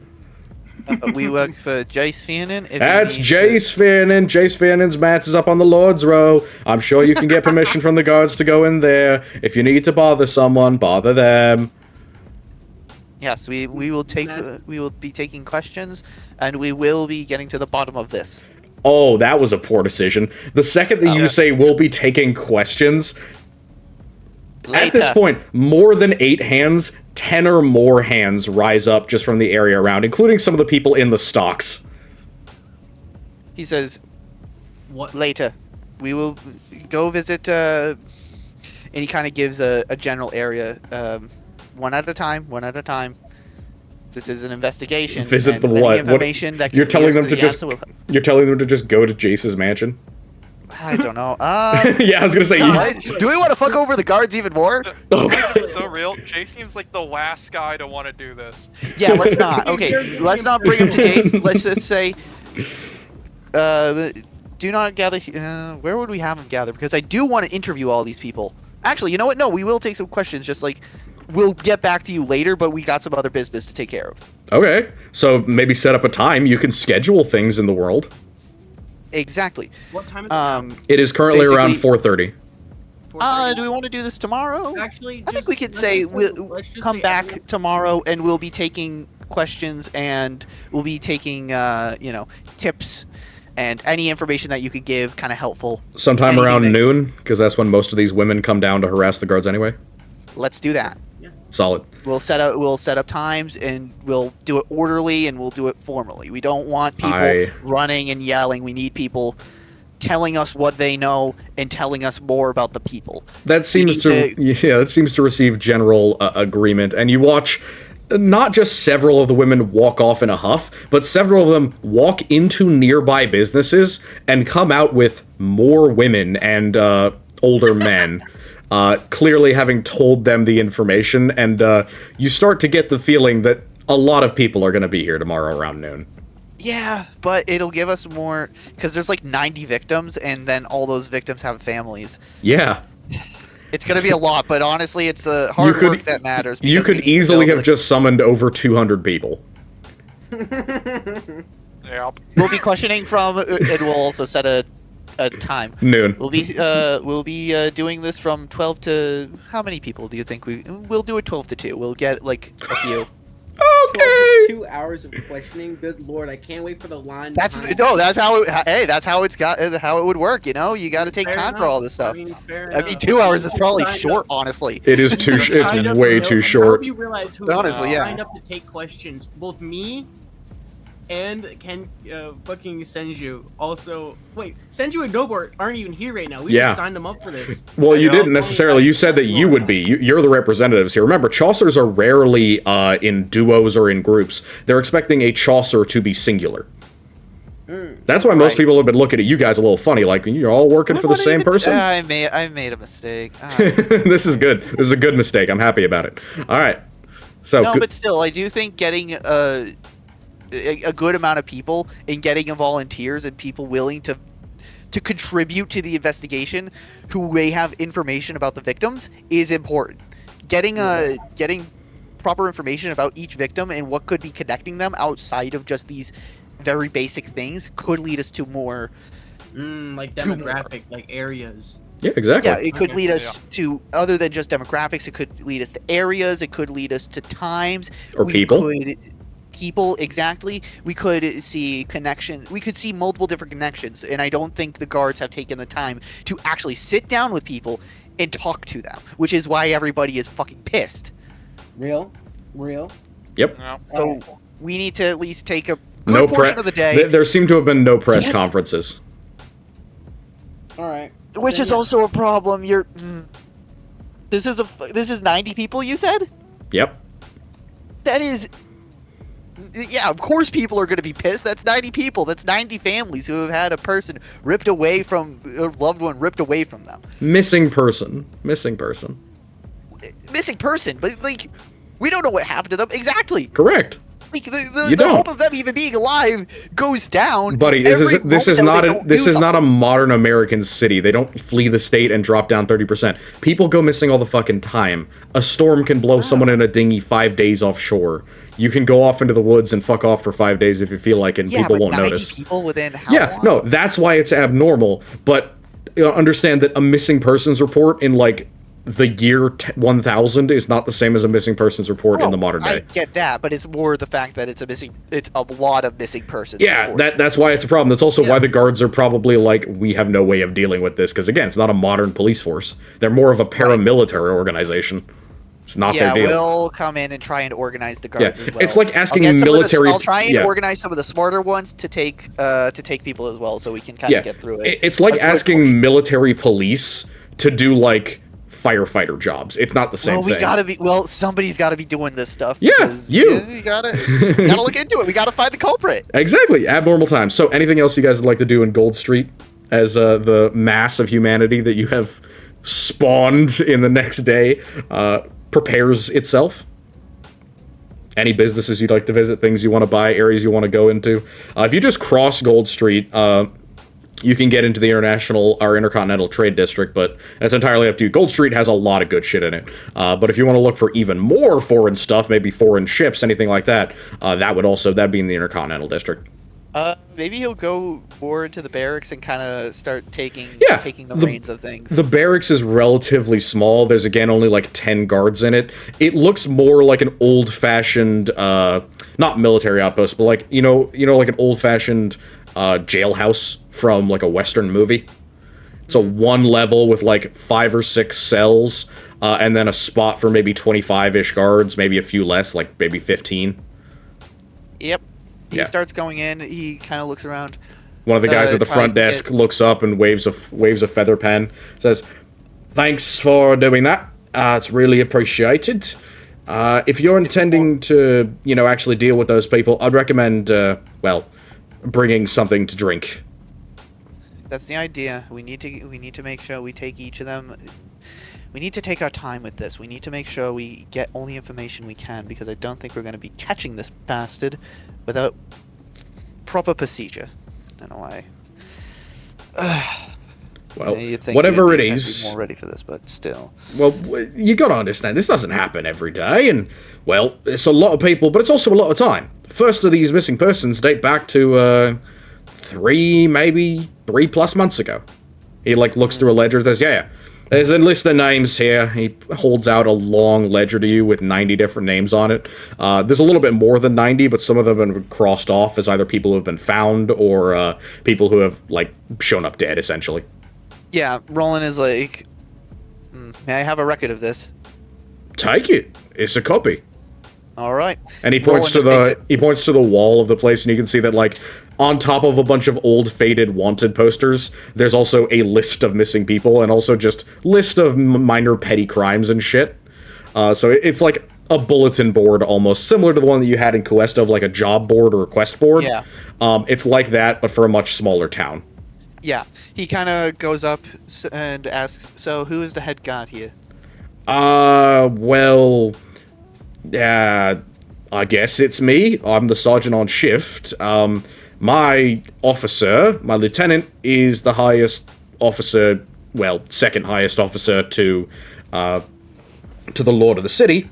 So he's up in the castle. All right then. Get a group together, ready to start gathering questions and interviewing people.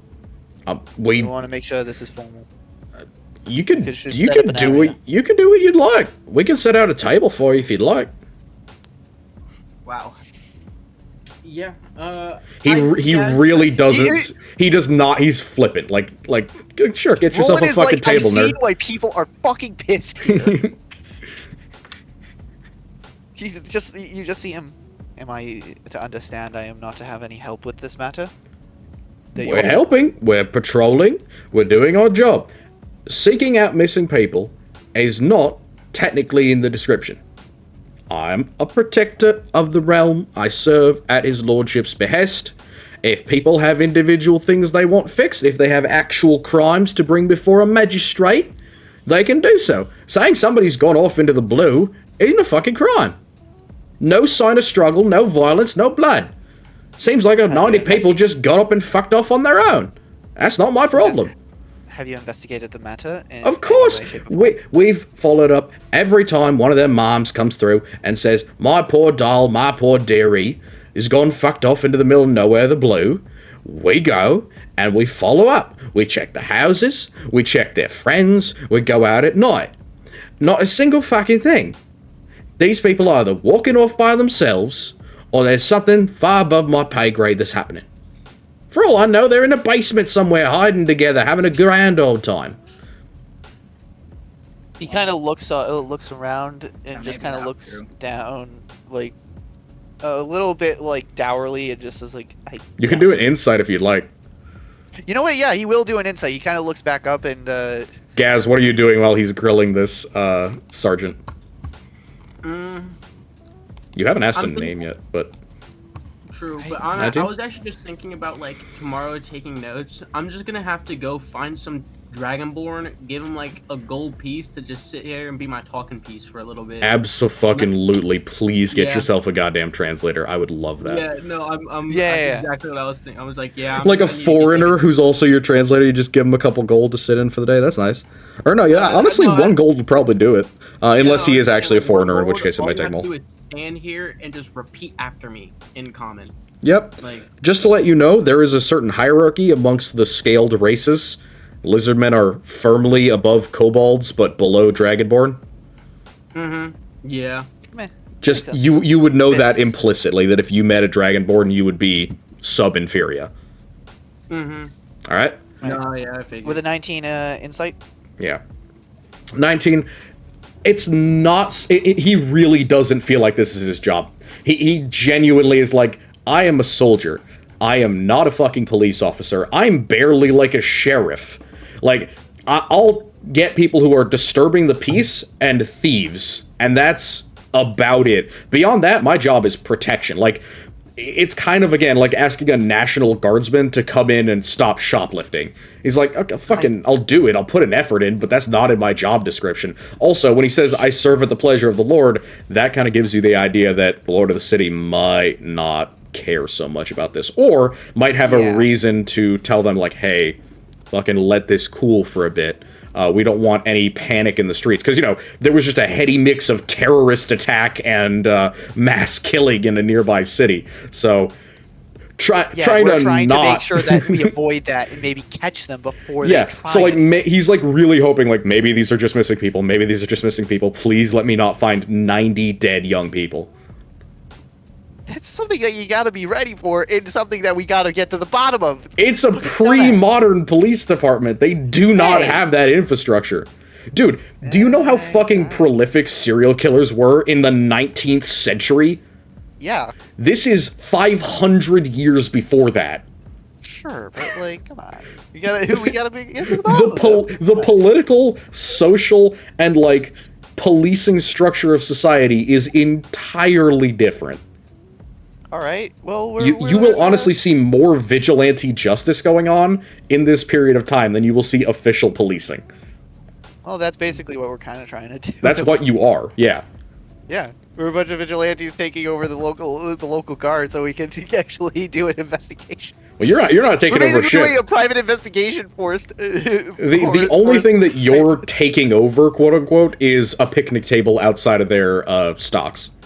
Yeah. So yeah, all right. Anything else you want to say to this gentleman who's clearly just like happy to get it off his hands? Whatever. He just, Whatever. Fuck you. Let's just go ahead No. and I'm not, in. he didn't say that in character. I know. He's just like, all right. Now get set up and get ready. He looks over to Gaz and says, we have a lot of work to do tomorrow. Why did I even? May as well enjoy your evening. Time to roll. Spoke Time before to you help thought. people. Should've It's flipped. to help people. It's to make sure that we can catch them before they. You hear basically, Gaz. You hear him just muttering under his breath, like, "No, we did this for a reason. We did this to help. We did this to. In the name of Nuessa, please help my goddamn soul." Help your goddamned soul. All right. Anything else that we're doing? Gaz, what are we managing while he's in there losing his mind?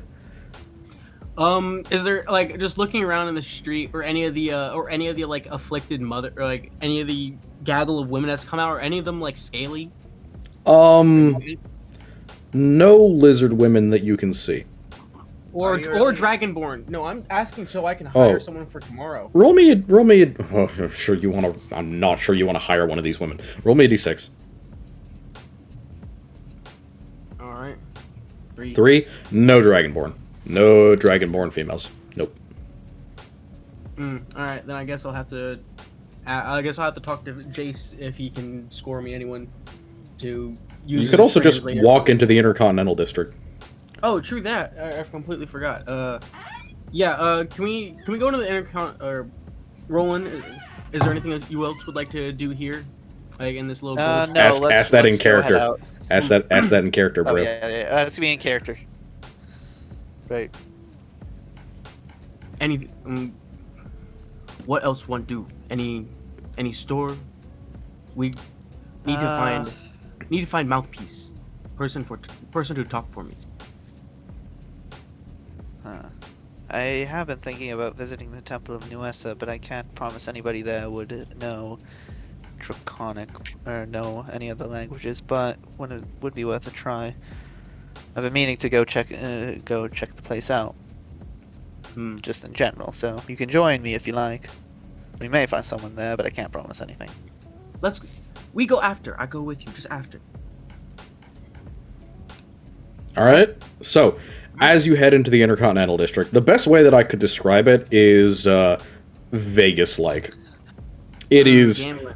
Every business is related in some way to the hospitality business. You find places that are incredibly flashy with lights and colored bulbs with little magical flames in them. There are dozens of open businesses where the entire bottom floor is just like piers of wood, and then there's tables and set out food. Like, it's very, very enticing. And then above almost every single building's entrance, you see rooms for rent, rooms for rent, rooms for rent, rooms for purchase. Like, every single spot is combo business, oftentimes like a kitschy, fancy, almost souvenir level business, like Coney Island level business, and then on the top is we let rooms, we sell rooms. Okay. And this is just, I'm guessing the strewn of people about is pretty diverse. Absolutely. Every single race that you could find in Faerun is here, and anything, big or small. There are at least 4,000 to 5,000 people in Daggerlad who are not from Sidra, out of the 30,000 people in the population. And a vast majority of them live here. They're also usually the wealthier Faerunic peoples. So you would see a lot of elven folk. You wouldn't see as many humans generally. But of the folks that you see who are non-human and non-elven, they're clearly of the upper crust. Like gnomes and halflings that aren't wearing shirts. They're just wearing like gold chains that come down and cover their chests like they're fucking Egyptian gods. You see a couple of really clearly pale-skinned individuals that you'd probably be able to interpret as some sort of shape changer, whether they're like a changeling or possibly like a moon elf or something. There are a couple of merfolk who are... How would you interpret a wealthy merfolk? I suppose they have real clothing that's made out of scales and very shimmery material, rather than wearing like netting and a loincloth. I really want to picture human legs with a fish head. Yeah, because that's how anime always portrays, like, male fish people. Mm-hmm. You know, the female ones have tits, because fish have tits. Or, like, is it like classic merfolk where it's No, like... it's D&D merfolk, so, like, Sahagin. Do you know what a Sahagin looks like? Go look that up. S-A-H-A-U... It's a Sahaugan. Sahugin. The Haugen. The Sahaugan. Haugen. Native Americans, but fish. Oh, yeah, I've seen these individuals before, yeah. Yeah, in BG3, you beat them to death. We fought a lot. Yeah, we fought a lot of Sahagin. Yes, we did. Oh, we God, killed the so Iron- many fucking Sahagin. The Iron Throne. You're right, that's what it was. the Iron We probably Throne. depopulated the entire Saltmarsh coast, considering how many Sahagin we fought. Yeah, that we fought like an actually insane amount. Yeah, because it was a horde battle with like literal tens of thousands of Sahagin. Yeah, different campaign. So, what were you guys looking for? You guys were looking for a Dragonborn? Yeah, just a Dragonborn, but also... You'll be able to find one. Looking up the Hagen, I found just within the first sentence is they are the natural enemies of aquatic elves and lizardmen. So racism art coming in. Yes, fuck Sahagin. These are foreign Sahagins, so they probably aren't too big on like trying to pick fights in the middle of an international city.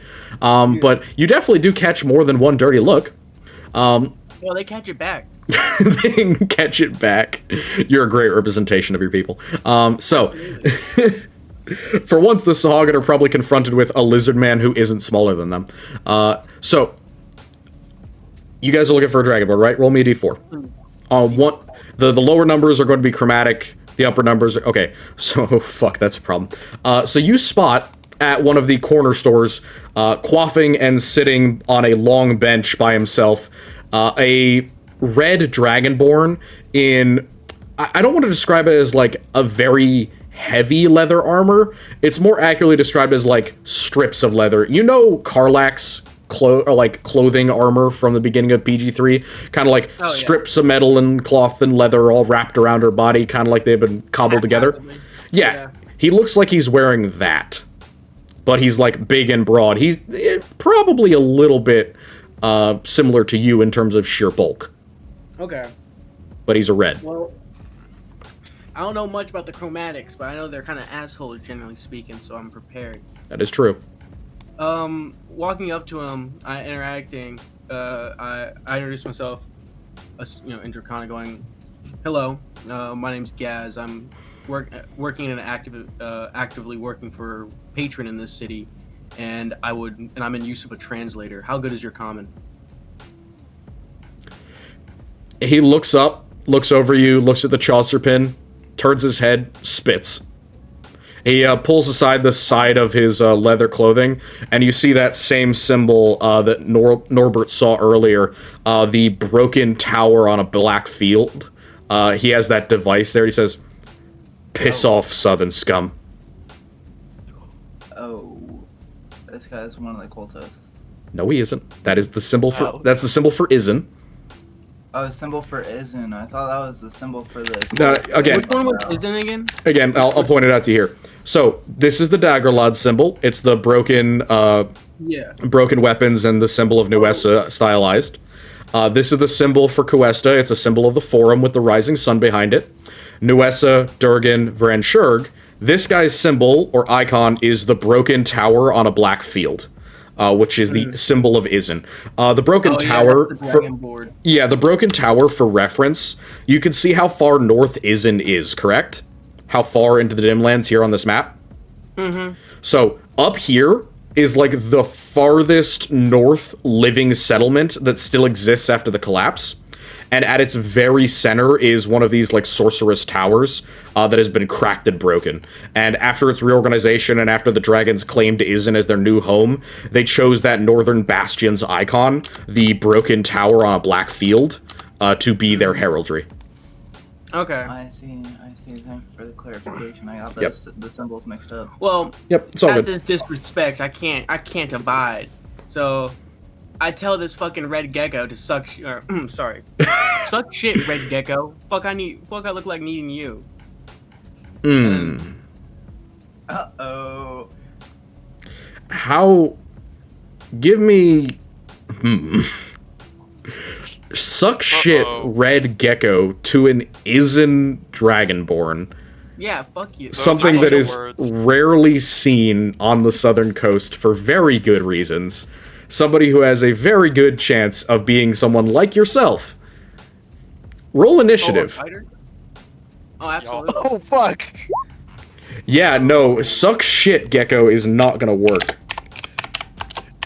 Not just suck shit, Gecko. Suck shit, red Gecko. Yeah, so... This guy stands the fuck up, not just knocking over his drink, but knocking over the bench he's sitting on, and just within a fraction of a second has 2 scimitars out. Alright, well, you're up first. Our man Norbert nearby, or is... No, it's just Roland. Yeah, and Roland, you watch Gaz walk over to a Dragonborn and says, "Hey man, I need to go get a Dragonborn for translation reasons." Goes over, shares some words in Draconic that you can't understand, then the Dragonborn stands the fuck up and draws on his ass.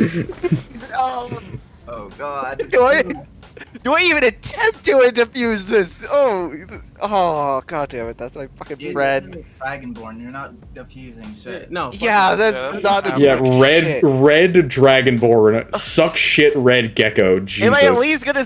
I need to question. Do I at least support my friend and start blasting? I don't know. Do you want more than one of you to go to prison for public drunkenness or not public drunkenness, but disturbing the peace, or just one of you?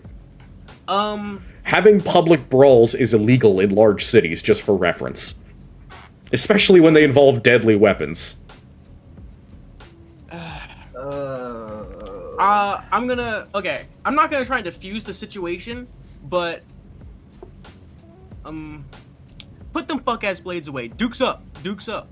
I'm putting fisticuffs. I'm not trying to catch a blade, but You're saying still that trying in to- character? yeah, I want to take a step back, but I'm putting my hands up before my weapon. Okay. Persuasion with disadvantage. Okay. That is a bitch move. Like, literally, not perception, persuasion. Oh, persuasion. That was the wrong one. Oh yeah, persuasion. That's -2 on that. Damn. Okay. Well. Oh my god. Alrighty, so you take your turn, you step back, you say, Duke's up, run the ones, and he stabs you twice. Damn. All right. Does neither of those hit you, I think, right? Nope. Neither of them hit me. Yep, you managed to dodge the first 2 swipes. Pretty annoyed at that. I'm gonna roll a d6. 3? 3. He sees you dancing away and says, pussy. Your turn. I don't want to metagame, but never mind. Okay. Well, in that case, Roland is still seeing all of this going down, and Yes. he was about to start going to the Temple of Duessa. Jesus. well, fuck. I look like taking that. I swing. Yeah. You gonna punch him? Oh, big teeth.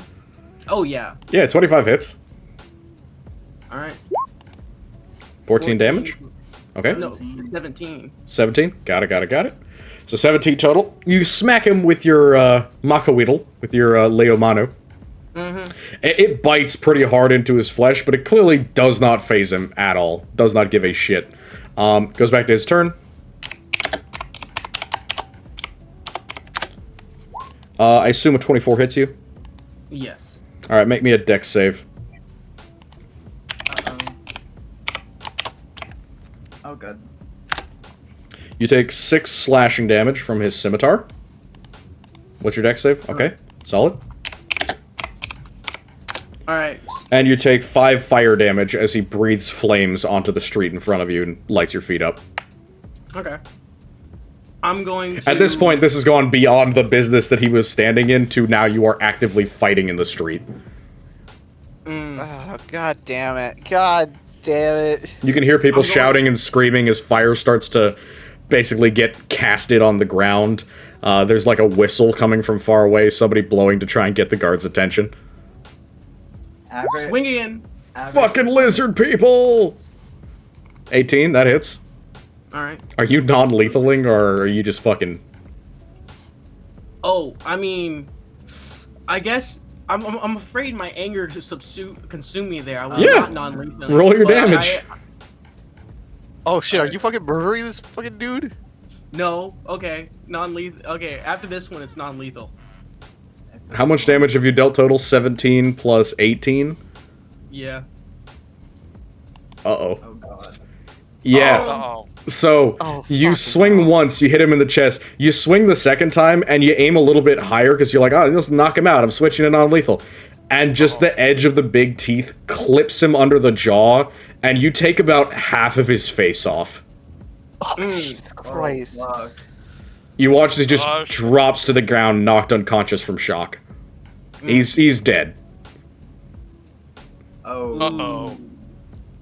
That's really Well- fucking bad. Yeah. Yeah. That's really fucking bad. Hey, I mean, he was a leveled character, but I'm not that not level. helping you out of this situation. He has more important stuff to do, and you just murdered a man. That's He started bad. it. He started it. Okay. He started it though. Bro, dude, you walked. Well, Roland doesn't know who started it, Yeah. but he knows See, that. Like, here's the unfortunate thing: is nobody could understand you.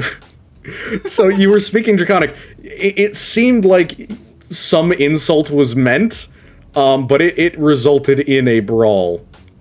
in a fucking murder. In a fight. A fight's not murder, not the same thing. Or manslaughter. Yeah. Yes, But still, definitely illegal.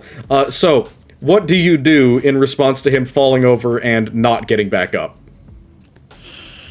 Fuck, I don't have any. Also, this is oh my god, this is so much worse because he's like a member of ISN, Yeah. like he's an actual Oh person. my god. Oh, You just fuck. created a You fucking are international- you are a Chaucer. You just created an International international incident right in front of us. we are. Holy Motherfucker. fucking shit. Do I have to fucking arrest you? This is so fucking bad. This is bad. It might be better for you to arrest him rather than. Yeah, Gaz, I gotta fucking arrest you. I'm going to step up to you, and it's like, That's our best bet is if y'all. Yeah. Yeah, there's not. I'm much else basically I gonna gotta call think out, about that like- story, I guess. I'm stop right there. You have crossed Stop the line. right there, criminal scum. Literally, we're going, stop right there, criminal scum. Raising your hands Gaz, you have gone too far. and hoping that we can maybe lighten your sentence, maybe. Yeah, I kind We of may be able to. It might be Jover. It might be Jover gangland. Oh, He's shit. literally, fucking Roland is going to say, Yeah, so lay down your weapon, and we will bring you in unharmed. Why did he use the big teeth? Casey pissed me off, man. I'm not gonna That's lie, it fair. really got to me. Fair, but also, what the fuck? You fucking killed him. Alright, True well, that, he drew I mean, I first. can't There deny were the witnesses. fact. He did to draw that. first, so I can probably. Yeah, it definitely Not is. only did he draw first, I jumped back. you jumped back and still threatened him. He doesn't know if you're a fucking monk. Your fists could be lethal weapons. You're an adventurer. Yeah, but Oh, shit. everyone else is a witness, saw me step back and put my hands up. Granted, Yeah. the Dukes were up. Clearly, but he's still he going to swung- fight.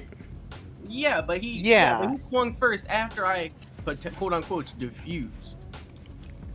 You know. You Yes, didn't. but still, you have yeah, done no. you. Okay, let me you be have clear done about the. something that's yeah. really bad. Let me and be I clear. gotta- Let me be clear about the order of events that occurred from the perspective of an outside witness. A lizard man, who is a Chaucer, entered into this place of business. He found the Dragonborn, Red Dragonborn, who showed, or it will come to be known, is a member of Izin's military or some representative thereof. I won't tell you right now exactly what his job title is, because you don't know. But This just keeps getting worse. whatever conversation you two had, a very short conversation, instigated by you, resulted in you clearly insulting him because he stood up as if a man who had been insulted and drawing on you. In response, you prepared to fight him with your fists. He attacked you with a weapon, you drew a weapon, you resulted in killing him. Now, while that's not just plain outright fucking murder, it is still public disorder and killing someone, and killing a foreign individual as well, which is a problem in a city that is supposed to have a positive reputation towards foreigners. Yeah. Exactly. It's just, oh god. Okay. You know what? You know what's the absolute kicker of this, by the way? The border dispute. Or No. the fucking No, that's bad, but that's not the kicker. You told the guards what house or what noble you represent like 5 minutes ago. They're And gonna so you make remem- the rest of us look fucking worse, so I have to fucking arrest you, or Yeah. else you make all of us look even worse. But, like, I have to... Luckily, I am here, and I am going to arrest you, and I am saying out loud in common, clear as fucking day, I am arresting you. If you do not come quietly, I will fuck you up. Yeah. The best that I can. I kind of just tossed what I got to the side, tossed my shit off to the side, and I guess following suit. You drop the lay mano. The guards do come up, both to cover up the body because, you know, unsightly corpse in the street, and put out a couple of small fires. They look to the Chaucers. I would You know, I'm not going to say anything. I'm going to let Roland take you in how he wants to. How exactly are you taking him in, Roland? What are you doing? Like right when the guards get there, what are you doing? Roland is fucking pissed. He's basically like, get your hands behind your fucking back, and we are taking you we are taking you in. Basically, he's giving him orders, tying his hands behind his back, getting him restrained. Okay. Oh, fuck. All right, so as you do that, you restrain him, guards come up, they hand you over a slightly better set of manacles rather than whatever ratty-ass rope you have lying around. Thank you. And one of them asks, what happened? What happened here? Who? And he sees the Chaucer pin on his chest and on your chest. Luckily, If I was there, I could revivify the guy, too, but I'm not. I don't know if making a skeleton would make it better. Revivify brings them back to life. Revivify would bring them back fully. Also, you would need 100 GP diamond, so I don't think you can. Yeah. Yeah, it's not. Might be something to buy in future. There are nice jewel markets in the area. Also, how long does Revivify last? Is it an hour? It's a minute. Oh, it's a oh, you're fucked. All right. Yeah, I would have to be like. Yeah, we got to take you in. We're just he's gonna tell them just an accurate description of what he's off. That's not great. That has. No, not accurate. No, come on dude, now. No, Rowan, you gotta Come on. fudge this. Yeah, a little bit. come You on gotta now. fudge this a little bit. You guys can't. How Hey, else am I supposed to? neither of you Okay. have any right to tell him what to do. It's his character. Number one. Absolutely. Number two. He's asking you a question, Roland. Or he's asking you. Yeah, he's asking you a question, Roland. Who do both of you work for? And he is, again, the way he says it, he's clearly assuming, this is not the guy you met before, clearly assuming you two work for different people. Because that is normal for Chaucers. Roland says, I work for Jace Fiernan. And he looks to the lizard man. And What do you say? Jace. That's it. Jace. Alright. Cool. So, he nods and says, even if we okay, so you work for the same guy? And he, like, pauses and lowers his hand a little bit. He looks at you, Roland, and says, you're not going to be taking him. You work for the same lord. understood, take him away. Yeah. And they walk you over to a holding cell. So they walk you basically back up Gold Street in manacles. And they huck you into a holding cell for the night. And so that is where you're going to spend the rest of today until they can get you a decent trial or until someone comes and tries to get you out. In the meantime, Roland, you are basically ignored, except they take down your statement. He says, all right, what happened here? And you see several other guards are doing the same exact thing, covering the body, checking on it. One of them runs over to the temple. Roll me a d6, last chance roll, and see if somebody, some priest in the temple has Revivify. /RD6. Alright, roll a destiny too. No. Oh my god. Anything you want to sacrifice to try and get that? I can sacrifice something? I always do. If you have an offering to the great god of chaos that is me, I will allow a reroll. If it's a very Wait, can I important roll. sacrifice a spell? No. That's not a sacrifice, buddy. Wait, Luke. I'm coming up to next session. I'm gonna go up to Georgia so I can be like in person next week. Can I get you a case of beer? I don't drink beer. Can I get you a bottle of liquor? I will allow a reroll in exchange for a free bottle of liquor, yes. Thank you for bribery, Piper. You're a fucking hero. All right, so Okay, I know what works. All right, this ain't my first. Which of you wants to roll? Which of you wants to roll the d6? you know what? I'll let somebody else roll it. I think the Come on, roll for bribee me, should somebody be- with better luck. Or sorry, the Dude, briber. If y'all cost me a bottle of liquor and don't get this roll, I'm gonna be pissed. Piper, if somebody fails this, I'll figure out how to get you something. All right, I'll fucking get you a fucking bottle of liquor. If it fails, you don't have to get it. It's fine. Okay. Okay. I'm not gonna make you give me liquor for a failed roll. Okay, who is rolling it? Do you want me to roll I it? think Piper should roll it. Piper has the right of it. Piper, you should roll it. Yep, You're the one right. making the deal. Oh God. A bottle of booze for your No, I'm life. gonna throw it on here. Come on. Everything in your A life. bottle of booze for A this man's bottle of life. booze for... Don't you? I made a deal with your sergeant for that man's life. Oh no. You'll be shot for this. Well, Gaz, bud, it was great knowing you. It was a pleasure. So, Gaz, as you are hauled off, this agent and whatever information he may or may not have been carrying, whatever station he may or may not have been carrying, is hauled off to be prepared for funeral rites and probably sent home as well. So that's real unfucking fortunate. Real unfortunate. As for the rest of you, the three of us who remain outside of a jail cell, let me get a report to this guard of what you say went down. My boy, Norbert, or Roland? You can see he's obviously just fucking pissed, annoyed, and is like, how am I supposed to fucking work and help people when shit like this is always happening? He doesn't say that out loud, but it's very obvious he's thinking that. Close enough. He more accurately says out loud, I was going to the Temple of Nuesa to continue investigations and continue exploring the city until I found my I found I found the other Chaucer. I have no idea what they were saying. I can't speak I can't speak their language. All I know is one approached the other and insulted him in some way. It started a fight. Rat, absolute rat. All right. Well, Wait, what is that's going to be the accurate story that everybody else tells everybody, and then also that's what everybody else saw. Like, okay, I know it's not good. I know I should. No, I don't think I could stay. I can really I can defend. I can't really. I don't have anything to defend you. There is no way I can really spin this. I could maybe try and lie about the Draconic, but if there was any fucking other Dragonborn in the area, then or anyone else who spoke Draconic. Exactly, which it's not necessarily.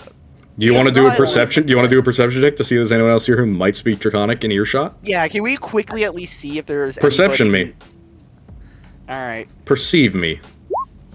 Nope. No. Oh boy. Well, You have no idea. and in that, do I risk the reputation of the rest of the party here? Is basically the question. That's not Oh, why. Like, I don't know. I like- Like, I don't hate to metagame, but Lord, you are not doing me justice by You might saying it. need to fucking metagame at this point because I'm Okay, I'm okay, you don't thinking. have to. Okay, so Bad. Like, no, you really don't Yeah, have this to is lie to extremely him. bad. You do not have to look. You do not have to spin it in any other way. Just recounting certain events greatly helps with the perception of how something went down. Simply say you saw the lizardman go up. Say something in Draconic to where the red dragon stood up, drew blades, and swung first before the other lizardman drew his blade secondary and killed him. right. It's Yeah, like, basically while- we can recount while- it that way because that is Exactly. accurate, but that's not It's necessary. completely accurate while just shining light in different areas. Yeah, you know, That's what it's just manslaughter. If I Hey. may, Yeah. you could also state that off rip the Dragonborn spit out of disgust, even when I the did- lizard I- man went when up I have seen that, initially, I may- it was calm. Yeah, I think I'll see that. Yeah, I think I'll also mention the red dragonborn spit at the other's feet in a sign of almost obvious disgust. Or disrespect. Very quickly. Disrespect, disgust, any of those things. So we'll mention at least that. We basically do kind of say it in a way. It's like, here are what's happened, but here are some details that may sway it in a specific light. Hmm. So, Gotcha. specifically, what I remember is I saw the lizard man approach the red dragonborn and proceed to, in a more calm demeanor, it seemed, ask a question. I then saw the red dragonborn spit at the feet of the lizard man, and at that tension seemed to rise. An obvious insult may have been thrown, though I can't say for sure. I do not speak the language. But after that, that is when the Red Dragonborn... Actually, it doesn't say obvious insult. An insult may have been thrown. An insult may have been thrown, to which the Red Dragonborn seemed to respond aggressively. It sucks so bad on here. Yeah, it is very unfortunate. Yeah, this is very bad, and I'm trying my best to do what I can here. There isn't a lot of options that I don't have a lot of options. I have so many ways I could help here. That's true. I know. Yeah, there are. I do wish you were here. If you guys want to show up at this point, they have spent way more time on this. I mean, hey, last fucking chance to maybe get a Revivify off. Yeah, Will. Last fucking chance. If you guys want to show up at this moment, while they're like essentially just immediate after, they're running around and still try to grab some cleric. Senju, you essentially see this down the road. Yeah, you see Roland just talking to this guard, just like obviously just Panicked. panicked, annoyed, like he's trying to do his fucking job, and all of a sudden a fight breaks out with somebody who's a part of his party, and he really doesn't want to make the guards any more obstinate to helping and figuring the shit out that's going on here, as already is. And this has put a fucking massive wrench into the entirety of everything. It's hilarious. Mm-hmm. So, he takes that and says, well, thank you, I'm sure that'll be considered. Considering the station and the situation, it's very unfortunate, but we can probably get him a meeting with a magistrate within the next couple of days. Maybe tomorrow. We'll see. Okay, am I still within the Revivify window? Yes. Not long, though. You do not have long. Fuck, I need to figure out some way to get a diamond, like, yesterday. How much would a diamond cost here? 100 GP. 100 GB. But you're not in the middle of the gold district. You are down in the international commerce district. So it might take you a bit to run back and forth. You might be out of your window. Your other option would be to try and get them to run down with you, or try and find somebody who has 100 GP diamond on them in this area, which is not an impossible ask, honestly. Okay, yeah, I'm gonna run. Wait, down. no, the Temple in US is like right there, right? It is. The chance they have 100 GB diamond. I mean, honestly, there's a bunch of wealthy people around you. You might want to start checking people's jewelry. Actually, you know what? Yeah. Okay, I'm gonna run down to the scenic, see if I can find. Can I do a perception check to see if there's someone with a diamond, like on their, I don't know, on a ring or a necklace or something? Yeah, give me a perception. Also, Roland, you watch as Norbert and Senju just come calmly walking down the street, and then they see Gaz getting walked away in chains, a fucking body missing half of its face. Perception?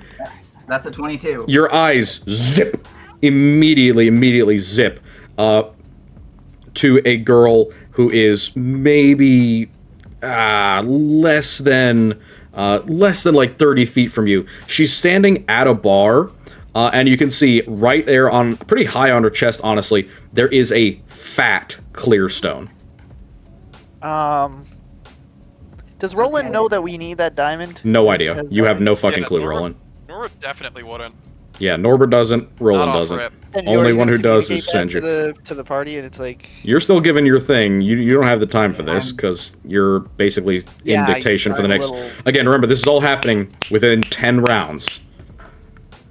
A minute. Okay. I'm gonna... Would I have the time to do this? Give me a second to think about this. So that's 6 seconds. So I'm gonna...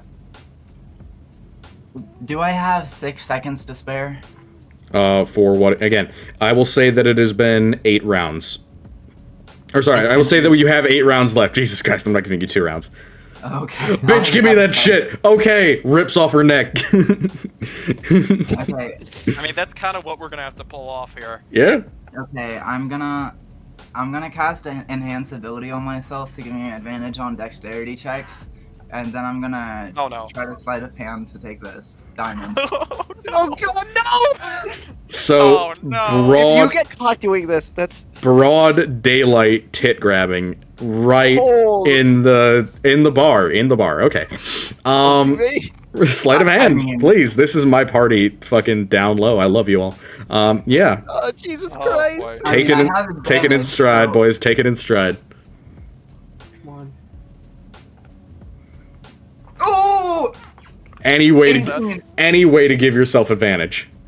I do. I Yeah, cast she an has- enhance ability on myself. Enhance ability? Okay, good lord, an 18. Alright, so Oh, fuck. Okay. you are aware that everyone is distracted by this, so you don't really have to go super hard in the paint to actually like get up to the woman's eye level.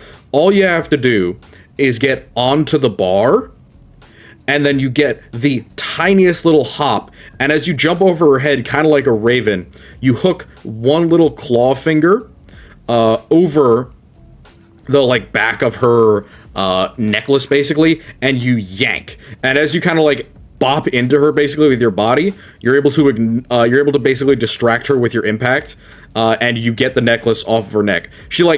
You basically just ran into her though, like you jumped onto the bar and then flew into her by accident. She's like, what the fuck? Alright. In a hurry.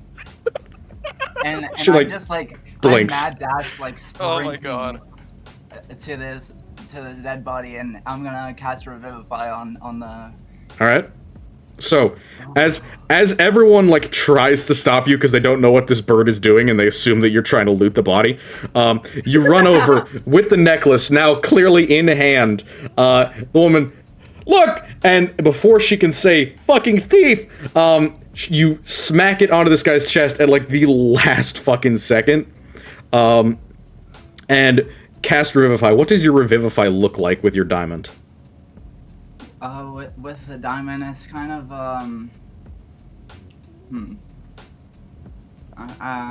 Didn't think I she'd don't- use it this early. Yeah, I did not think I was gonna use it my first session with. Yeah, that was wild. Yeah. Um. Gotta take it Oh. Revivify. Well, I'm certainly fucking glad I took it. Yeah. See, the great thing about this is technically worse for your case, but slightly better for the party's like standing.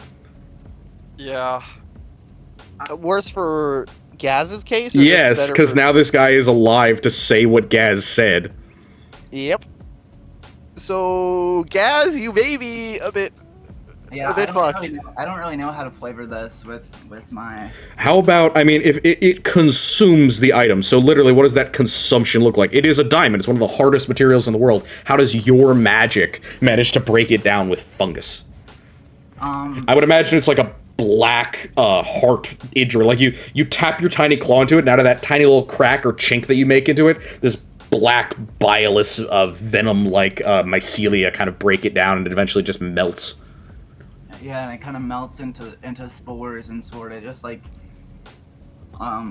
falls through my fingers and or I guess claws and Yep. and kind of like goes into the lizard man to revive Dragonborn. him, or into Dragonborn. the Dragonborn to revive Yep. him.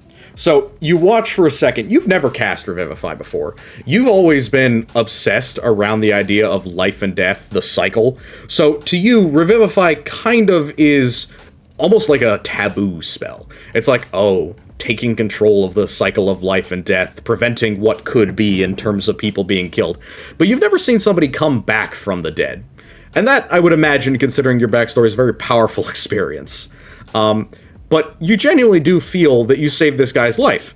And as he comes back to life, his face kind of re-knits, but again, basically he lost half of his snout, most of his jaw, and a part of his face. So the bones re-knit, and they flex back together, but they're smooth and undefined. So it almost looks like he has a little bit of dropsy, basically, as the Revivify fixes what was damaged about him. But after he kind of... did they wake up after Revivify, or are they just considered unconscious? let me double check. I don't think it would actually fix his face either. Really? Oh, okay. I thought it fixed something about him. This nor can it restore. It cannot restore any missing body parts. Oh, so he's just fucked. He's just Scar now. Damn. It says all it says is that he returns to life with 1 hit point. All right. So he's alive, but he looks like a pug. Yeah. So he starts shouting in fucking Draconic, looking around for Gaz, who at this point has been yanked away to a prison cell somewhere.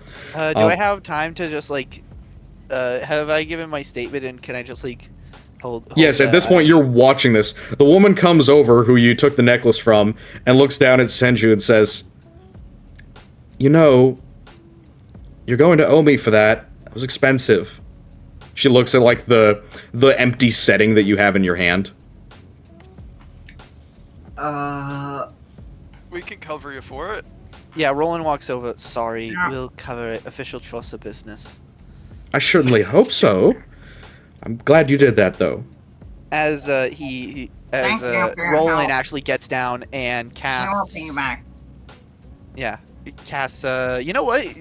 We're gonna be actually kind of nice to this guy. We're gonna help him out. We're gonna give him a little bit of healing. We're gonna do some healing light. All right. So you heal him.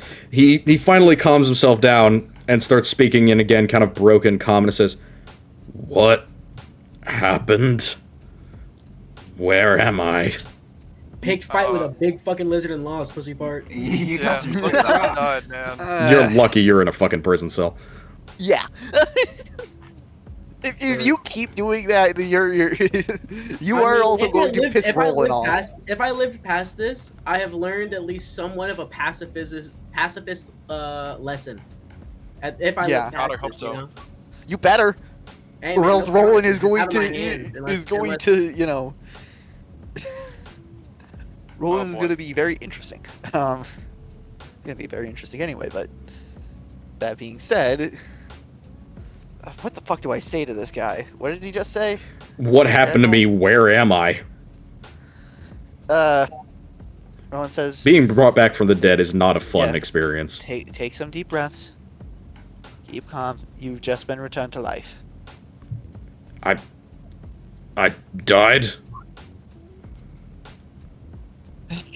P.S. so. But take a rest. We'll talk to you later. We'll talk to you later. Well, I mean, we have a fuck. It's been a fucking I day. sure And hope so. we have to talk to him, and we have to get the statement, and the guards better fucking help him, or so help me fucking by the Yeah, word this of is fucking murder. USA. This is murder. This is their wheelhouse. Good. Okay. They. Well, all right. I guess I'll rest. And he kind of sits down in the street a little bit.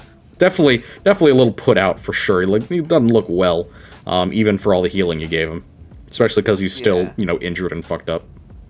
Yeah. He again, Roland is just like obviously, just.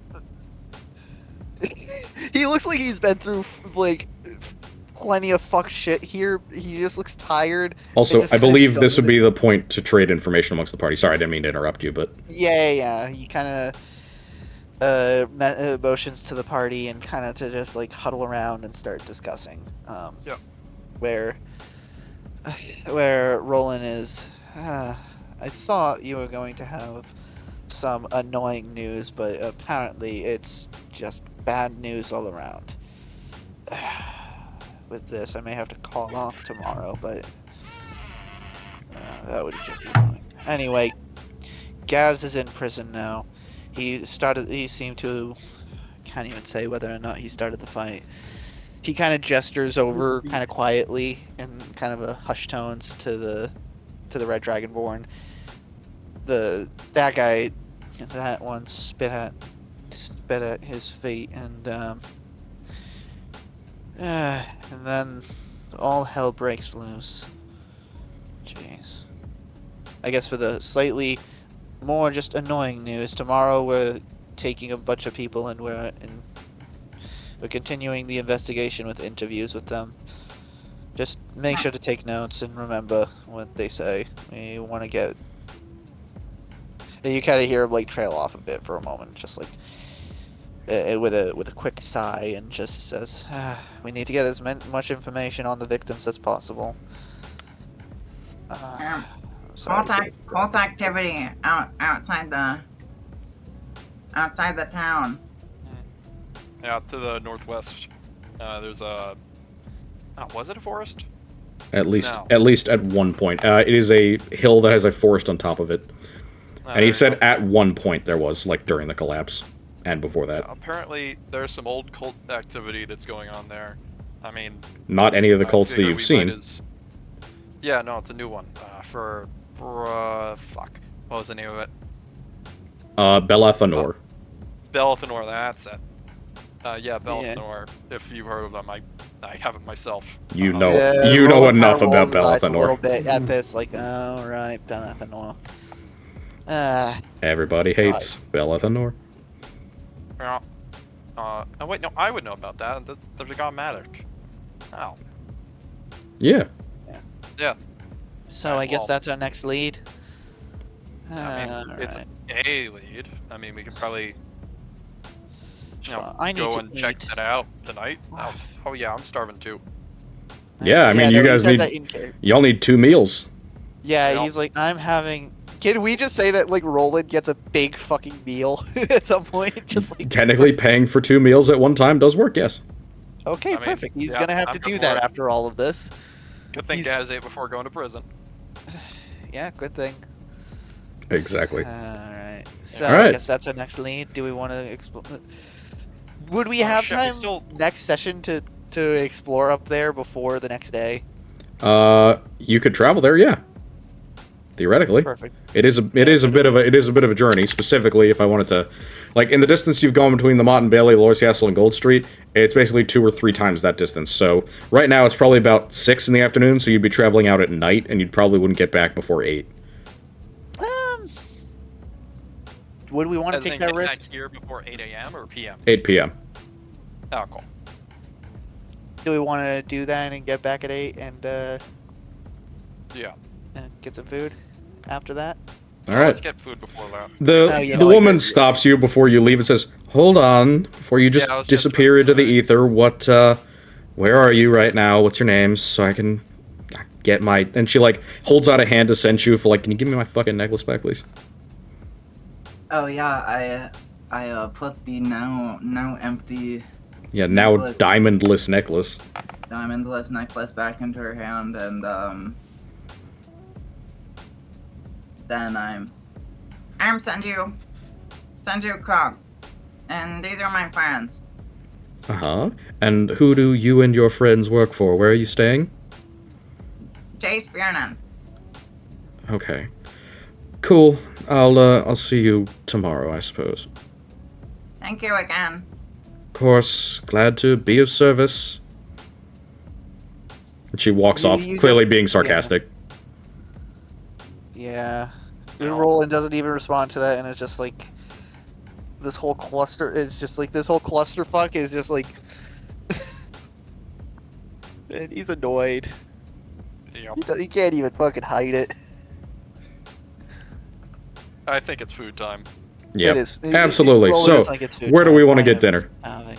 All right, clearly not here. Yeah, Let's go do we somewhere want else. to? Oh wait, doesn't the Gold District have some good places to eat or something? Is it Plenty Gold of good Street? places to eat. Yep, let's go Roland there. is basically like, how about we go hit the Gold Street? There's some good places. All right. 2 silver apiece. You know what? Give me 3 silver. I'll give you guys your full day's meals. Ah, Deal. fuck yeah, thank you. It is a slightly more expensive district to actually get food. You know? Oh shit, I don't have. I only have 2 silver pieces, and 1 silver is. I have 3 silver pieces.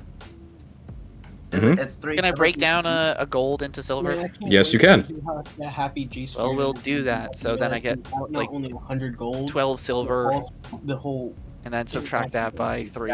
This diplomatic disaster that is now just a diplomatic Okay, issue. there we go.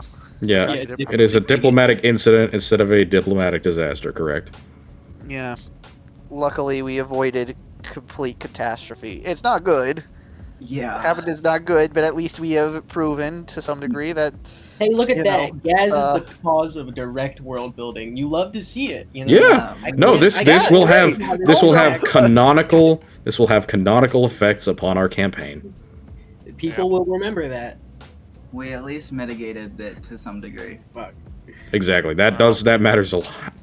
All right. Yeah, I think the Revivify made God, sure that we didn't rolled commit well. complete political. It made sure that Gaz would be a functional character for the next couple of sessions. Yeah. Thank fucking God I rolled well. Because otherwise, you would literally be banned from Daggerlot permanently. Oh, okay. I really thought that's honestly not as bad as I was. Yeah, no, that's just one. That's one of the things. There is a combo of 3. I've already written up what your punishment is. There's a combo of 3. We will learn it next session. For the rest of you, you have a lovely dinner at what is the equivalent of like a nice Brazilian steakhouse. There's a lot of heavy meat, lots of cheese, lots of local veg, like a ton of salad, basically, and bread. But most of the meat is imported, essentially, because it's the best of the best, you know? I imagine we're kind of all just eating in silence. Yeah. That's sort of the weight Yeah, of understanding the gravity of this situation. yeah, it's just like.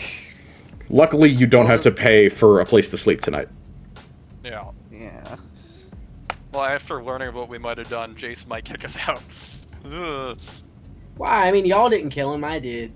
And hell, y'all say, like, honestly, as bad as it was, it could have been a lot worse.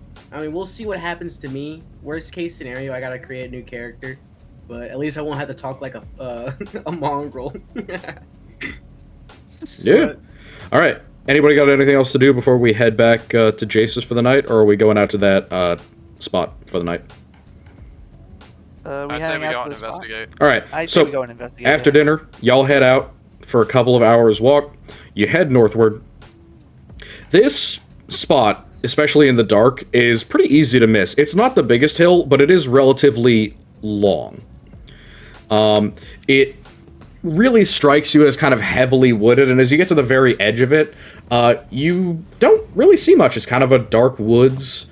There's an elevated portion. There's a lot of exposed rocks and boulders. It definitely has a bit of a spooky vibe to it. Okay. What would you guys like to do? Proceed forward. Absolutely. So Yeah. you're just Yeah, heading we'll into the just woods in the middle of the night? All right, cool. Can we? Oh wait, don't I have? Who doesn't have Wait, dark vision? I'm a half elf. I have dark vision. I'm Yeah. gonna actually cast Dark Vision on myself. Cool. All right. All of you have dark vision. You all sneak into the woods. Give me a perception from the group. Everyone do it. Everybody perception. That's a. Everybody percept. Jesus. Jesus. Oh my Wow. god, Oh, that's boy. so bad. That's so bad. Who's passive? Whose passive is higher than fucking 13? Somebody's got to have a passive perception higher than 13, or I'm going to lose my mind. My Mine is base It 12. definitely does. My passive perception's 18. Okay, Yeah. good. Good. Passive perception of 18. You see what the others don't, but it's mostly because you're more familiar with trekking through this kind of terrain. Like you're a forester as opposed to the other ones are like overland or swamp. And Senju, you're also closer to the ground, and you can find things much more easily. The first thing that you find is footprints. Footprints that don't have shoes on. Oh. A lot of Yeah. them in the mud between these rocks. You find a couple of like muddy footprints on top of the rocks where people appear to have been like standing or sitting or jumping off of them. It looks kind of like a bunch of kids playing in the mud. Okay, so human footprints. Yeah, humanoid at least. Humanoid. Okay, and they're smaller footprints as they appear. Yeah, normal human footprints. They're not children, that's for sure. I mean, that's a solid lead. It's like a size That is a solid lead. 10, 8, 9, something like that. Kind of slim. It's a couple different types. You can tell some are heavier, some are wider, some are male, some are female. But like that's in the dark. With dark vision, you're not able to see anything more specific than that. As you continue to head on inside, your dark vision picks up a little bit of movement in the distance. Specifically, it picks up what looks like the remnants of a fire, like off in the distance at the very top of the hill, between some standing stones. Do we go investigate the fire? Yeah. Yeah, we should go Fire investigate the fire. that way. We go Hogarth? Yep. Give me a perception Actually, check. we're gonna do a fun little thing just so we can kind of keep quiet. Senju, in your mind, do you hear? All right, keeping quiet. I look around and I'm like confused as fuck. Like, what the hell is this? As you look around, Senju, give me a perception check. Okay. Yeah, Much better. Oh, thank God. You could swear on your mother's grave, especially given the fact that you know about the Feywild, you could have fucking sworn you just saw a satyr running off through the woods. hang on. You could have sworn to fuck. You saw the tiny horns, you saw the curly hair, you saw maybe a tiny bit of tufted tail, but that wasn't a fucking deer. That was a person. That was standing upright. Becky? The pixie emerges, rubbing her eyes, has like a classic nightcap on and a face mask made of mud. What? What bitch? Dude. I can't with Becky. I fucking love Pecky. This is the best decision I ever had was Pecky. Oh, yeah. I know, I'm so glad I asked you to recreate my item because this is low-key best shit ever. I know. Yeah. Just such a good character for flavor. Anyway, Becky, did my eyes deceive me, or is there a satyr here? She floats around above you, looks in a circle, and says, "Oh, someone's trying to bullshit you, but yeah, no, that I don't see anything moving yet." And she kind of flies onto the top of your head and says, "You're like doing that thing where you can see in the dark, right?" Yeah. Yeah, look over there. And she clicks her fingers and casts light between a couple of trees near the standing stones. And to your surprise, you see actual colored garlands, like paper garlands and streamers and stuff, strung out like it's Woodstock all across the trees and beneath the like branches and shit. And then you see something even more interesting. There's like 2 or 3 people laying in the dirt, hands on their like heads pillowed on their hands, stark fucking naked, laying on the ground sleeping. Uh-huh. What the fuck? I knew some shit was gonna She be says, happening. Yeah, they're, well, I don't trying to explain this to them is gonna be really hard, but, like, they're trying to bullshit you. This isn't the Feywild, but they want you to think it is. You can see from that, and she points at the standing stones and the fire and the garland. She says, they're trying to fake it. I've seen this before. Humans do this on occasion. Okay, thank you, Becky. Alright, don't get killed. This is, you know, if you saw a satyr, probably wasn't an actual satyr, but if it was, like, you know, protect your, and she, like, gestures towards your backside. Protect your holes. Yeah. Yeah. Okay, Don't get fucking baned out in the woods. That'd be bad. okay. Yeah, that's the worst thing that could happen. So that was most likely an illusion, I'm gathering? Maybe. Nope, as you get closer, you see a couple of human forms lying on the ground sleeping. There's a bunch of shitty garland and stuff. I mean the satyr was an illusion. You have no idea. Okay. Okay, can we look closer at these bodies? Absolutely. They're 2 young people, male and female, maybe in their late teens, early 20s. Do we want Is to there wake them up? they're I'm like gonna- in a I'm what is the gonna- pose again that you described? You know how you sleep on the ground if you don't have a pillow, your hands are underneath your head? Yeah. Yeah. That. It looks like someone was trying to cuddle up and, you know, get comfortable sleeping on the ground with no blankets or clothing. Okay, I'm gonna symbiotic entity just in case. Alright. How close are you getting to these bodies? Because you're having to climb up a little bit of an embankment? I mean, Are you, like, walking right up to them to get close? I assume like within 20-30 feet. Absolutely. So, as you guys surmount the last, like, lip of the hill, and you get to this inner ring that you can see clearly the standing stones up on the top of the hill, you watch as 3 or 4 figures of much larger, burlier men walk out of the forest. Each of them is clearly clothed in what you could call, like, satyr face. They have pairs of like baggy fur and hide pants. Each of them is wearing a set of boots that are polished to look like hooves. They each have a spear, and they're shirtless with little tiny horns. We got some fucking Diddy bloods in here. Like, Shit getting weird. the only reason I say that you can point out that they're not real satyrs is because Pecky basically goes, "Oh, this is bullshit." Like, she gave you the warning ahead of time because she's a fey creature, and she's like, "Oh, I've seen people try and BS fey parties before. That was probably someone BSing." And these appear to be people BSing. Okay, shout out Pecky, she the goat. Yeah, 100%. This is Pecky Pecky. the So in the darkness, four of them walk over towards. They get closer to the bodies, and they all four lower down their spears aimed at you guys. One of them has a torch. He's walking along. He raises it up and says, "Hold that. What are you doing?" What are you doing? "I am a lord of the dance. I am a Rolicker." And he puffs his chest out pretty dramatically. You can tell he doesn't have a really good look at who you are, because he's in a fucking sputtering torchlight in the middle of the night. Yeah, because that answers our question. Yeah. What the Dance fuck are you a- doing with those teens? They're not teens. I'd like to make it clear. Yeah. I guess we'll... Chris Hansen, bro. We need to get him in here. It's not a Chris Hansen situation. You're not fucking here. Right. I guess to answer his question, do I want to answer his question actually? I don't know. Maybe. I'm gonna let one of y'all handle this interaction. All right. I'll pursue him forward before I give him any more information for myself. I think, yeah. He hold called on. himself a Rolicker. Yeah, Rolicker of what is what I'm thinking. Yeah, can we maybe? I'm gonna press him. What do you mean, Rolicker? Oh, I asked you a question. I am a Rolicker of the forest, a spirit. And give me an insight. Bro, you are. All right. Bro, you We're- are. A spirit of the dance. And you know what?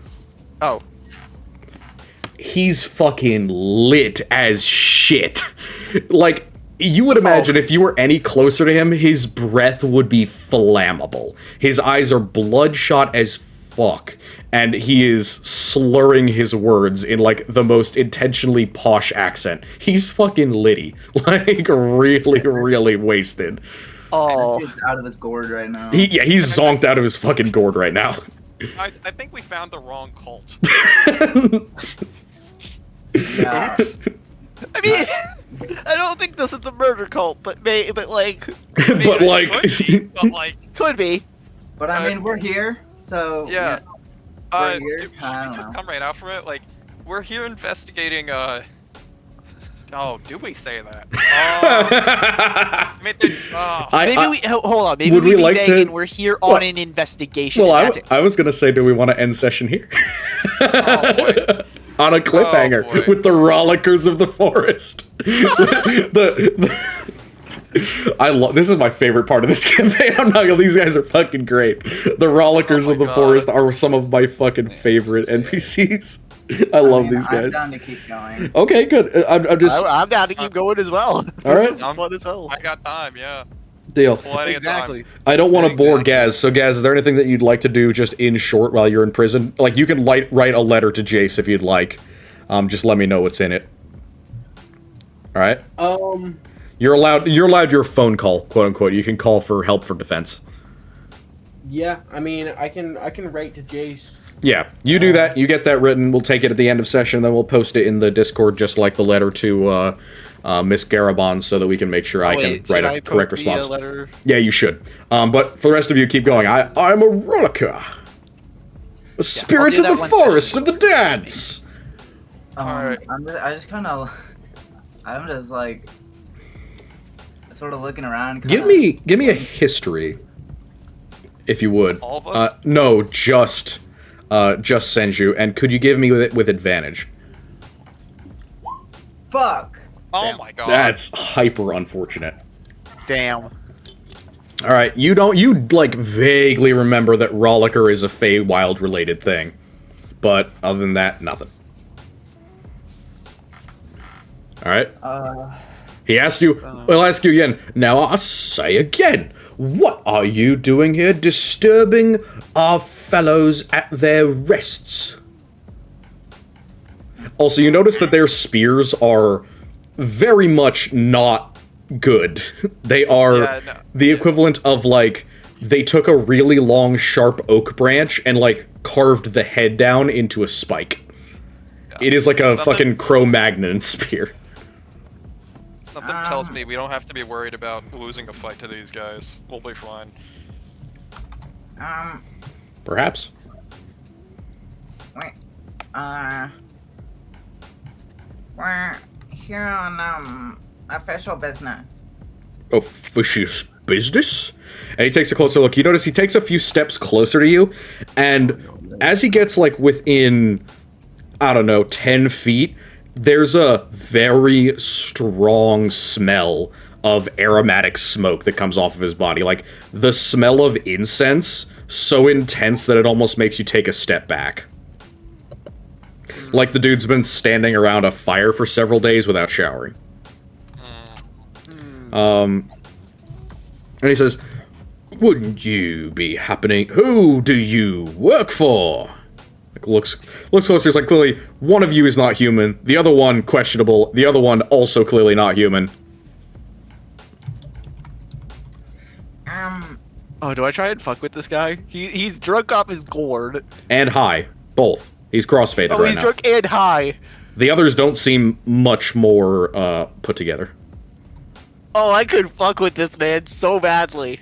Mm-hmm. Go for it. You want me to mess with this man's mind? Do what you can. Do we want him to go away, or do we want him to, like... No. We're trying to figure out what the fuck they're, what they're doing, if they're related at all to the missing persons, like... But we don't know what sort of religion they follow. I mean, whatever the fuck their zooted minds came up with, I would think that. I have a really funny idea, but I don't know if it's a good one. Look, at this point, funny ideas that are bad are very common this session, so fuck it. Yeah. Alright. Go for it. So, I can at least, I can't necessarily, I'm not gonna necessarily do detect thoughts, but I'm gonna fuck with him by using, my telepathic feat and kind of, like, whisper to his mind, these people are trustworthy. Tell them what you know. Persuasion. Raw persuasion. Okay, perfect. Or no, if you want to do deception instead, I will allow that. No, persuasion is better, but can I also roll that plus D4? This is not a saving throw, is it? So...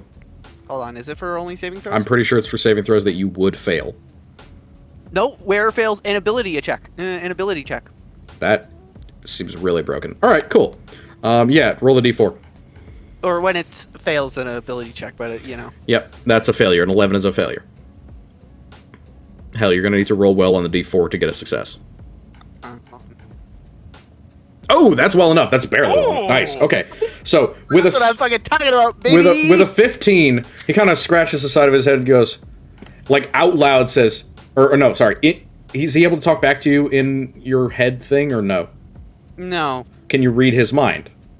I can cast Detect Thoughts, and it's just basic Detect Thoughts. Okay, but So are you doing that, or are you not doing that? I am not necessarily doing that. I don't want to try to invade his mind. Then I don't want him to think I'm reading his mind actively. I just want to put the idea in his head to... He tilts his head and thinks for a second, and then says... What did you say to him? Basically, I'm not even, like, giving telepathically him in his head, he said, you can trust these people, tell them what you know. And the response he says is, so you're from the stars, you're from the dancers. What are you bringing? Is the cart nearby? He kind of sobers up a little bit, and then he blinks and says, you're a couple days early. What happened? Are we leaving? Business on the road. No, it's not time yet. Looks between the two of you a bit confused. Oh shit, sorry. I am just spitballing this one. Yeah, don't worry. Well, I'm just going with the flow. where's the cart? He's, like, getting exacerbated now, like, come on.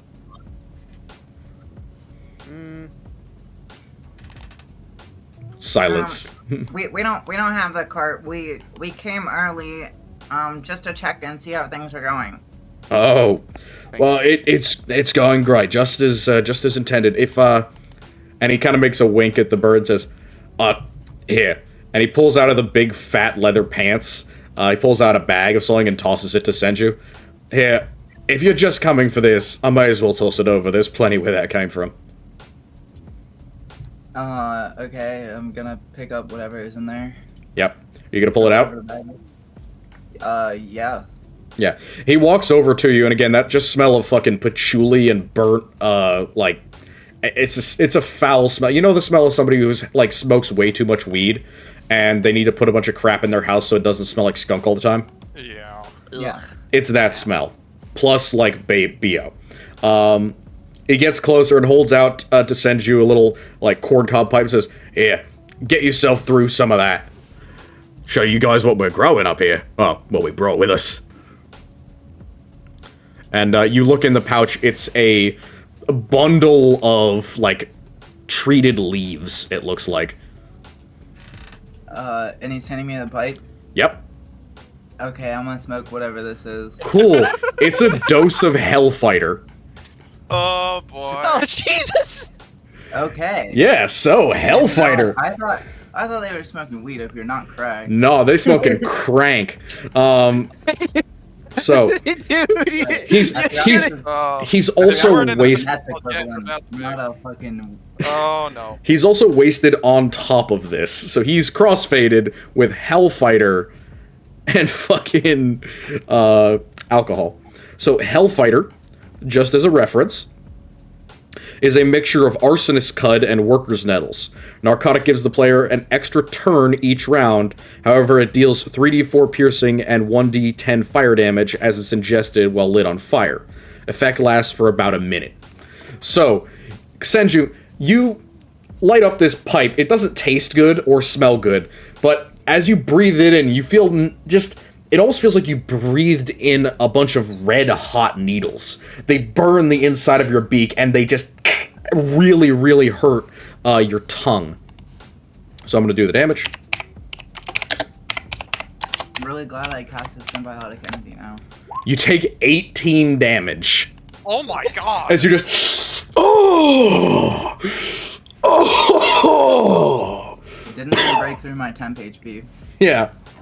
It doesn't feel good, but you feel this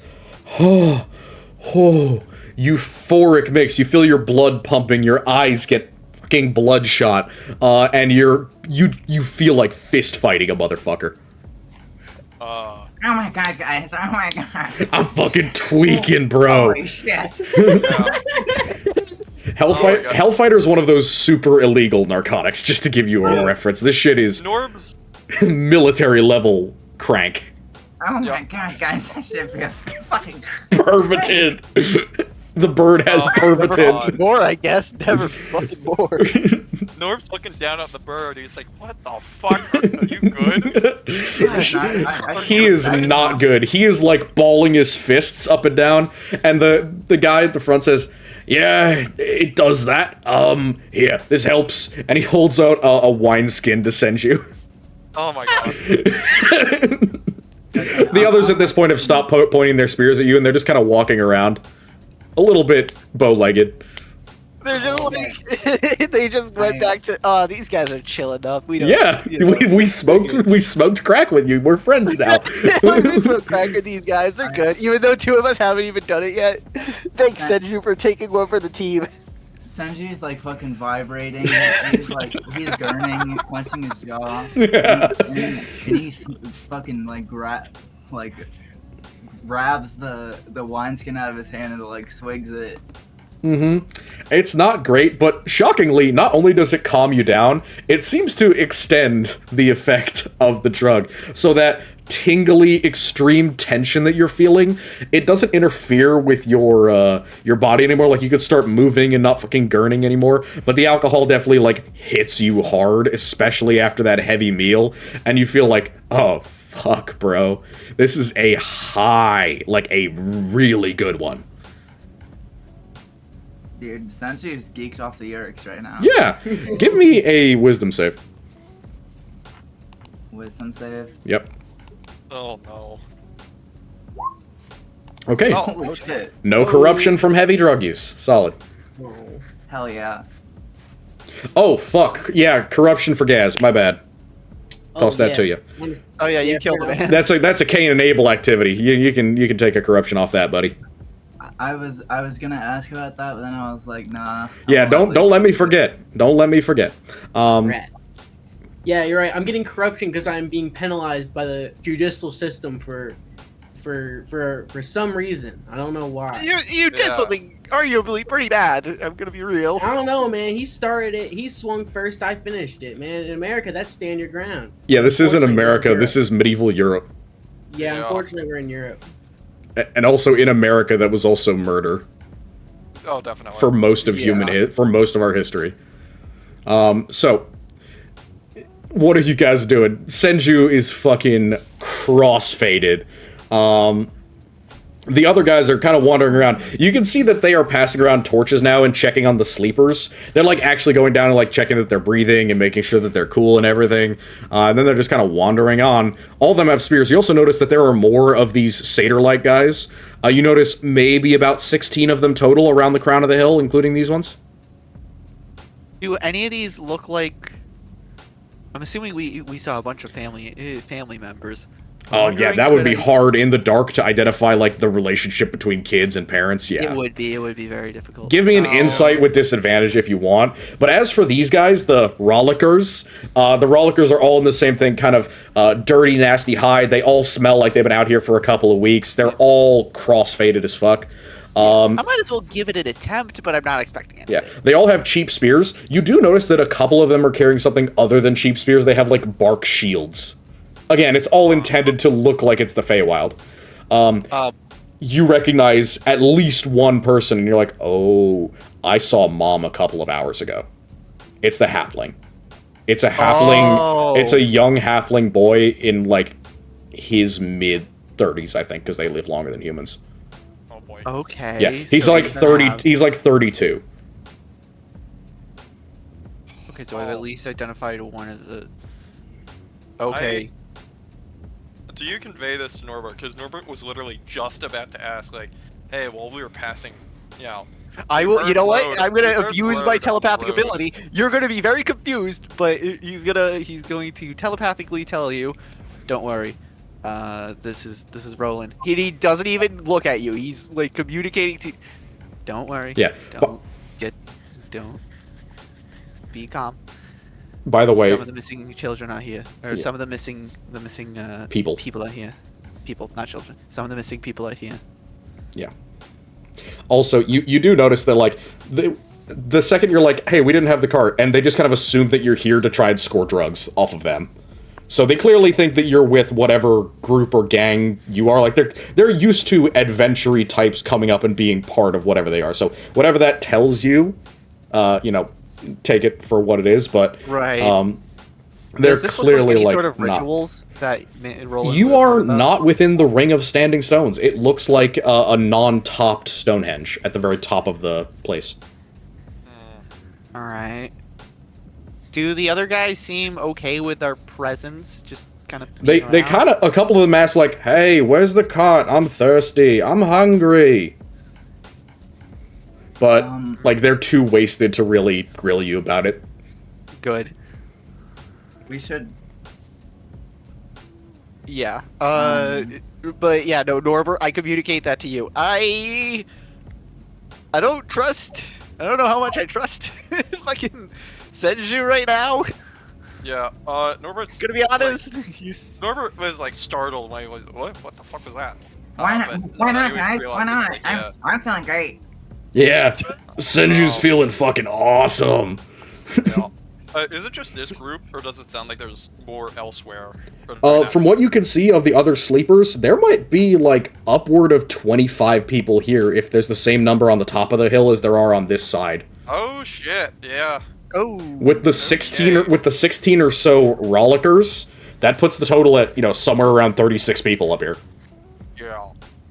Okay, we're gonna want to at least try and save these people, I think.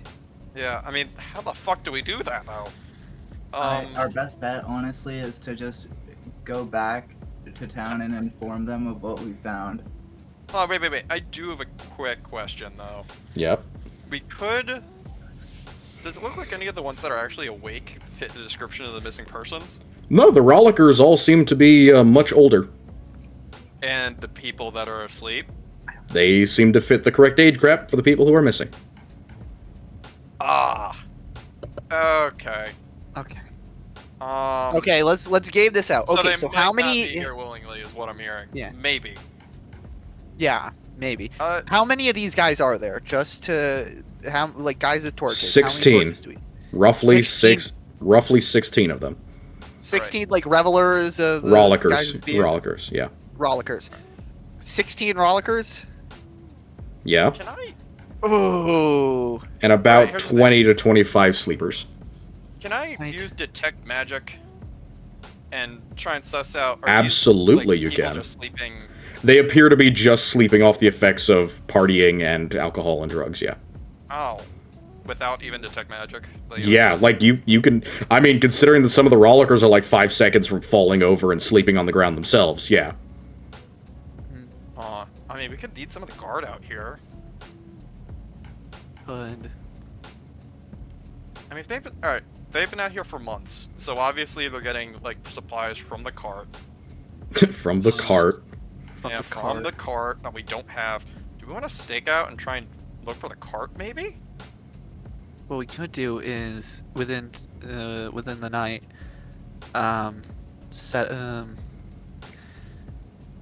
get everybody here. Well, basically like take care of everybody here, and, like grab everybody and then do a stakeout.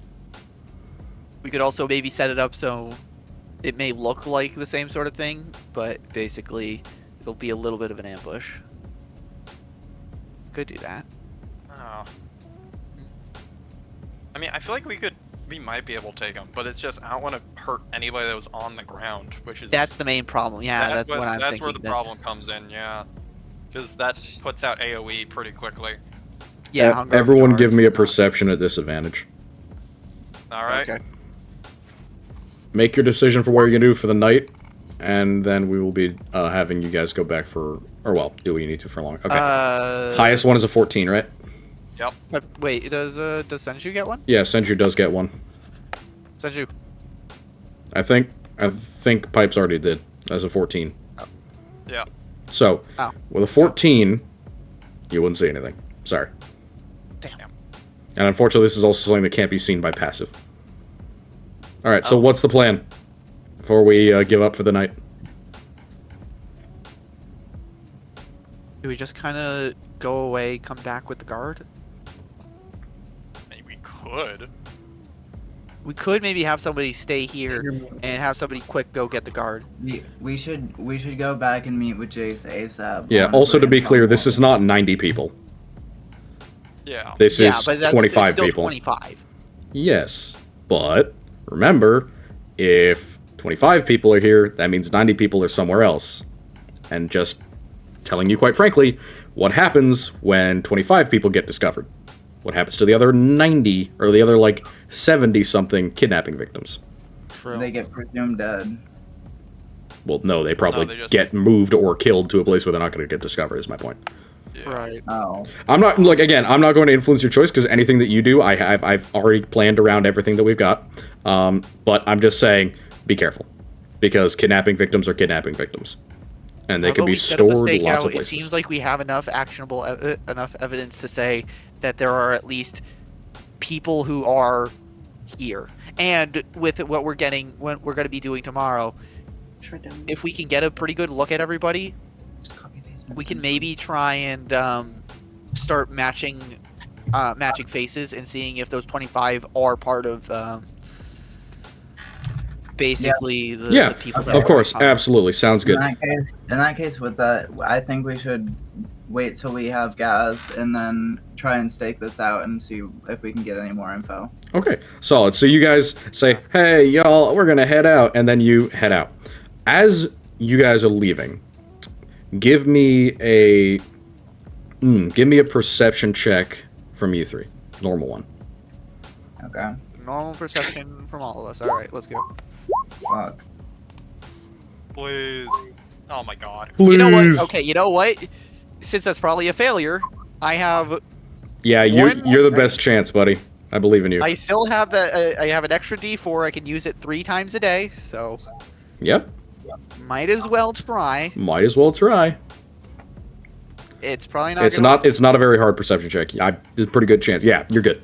So with a 14, one of the trees that you guys walked past has a pretty large cut made down the bark that wasn't there before. Not only is it cut, you can see that there's something been engraved or cut into the wood.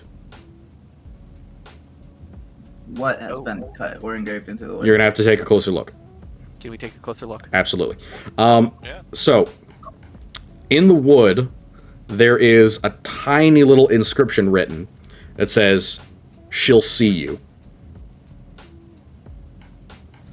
What does it say? She'll see you? She'll see you. Oh, That was not there when you came into the woods. She. Wait, what the fuck? Who is she? She will, Oh. basically, she will see you.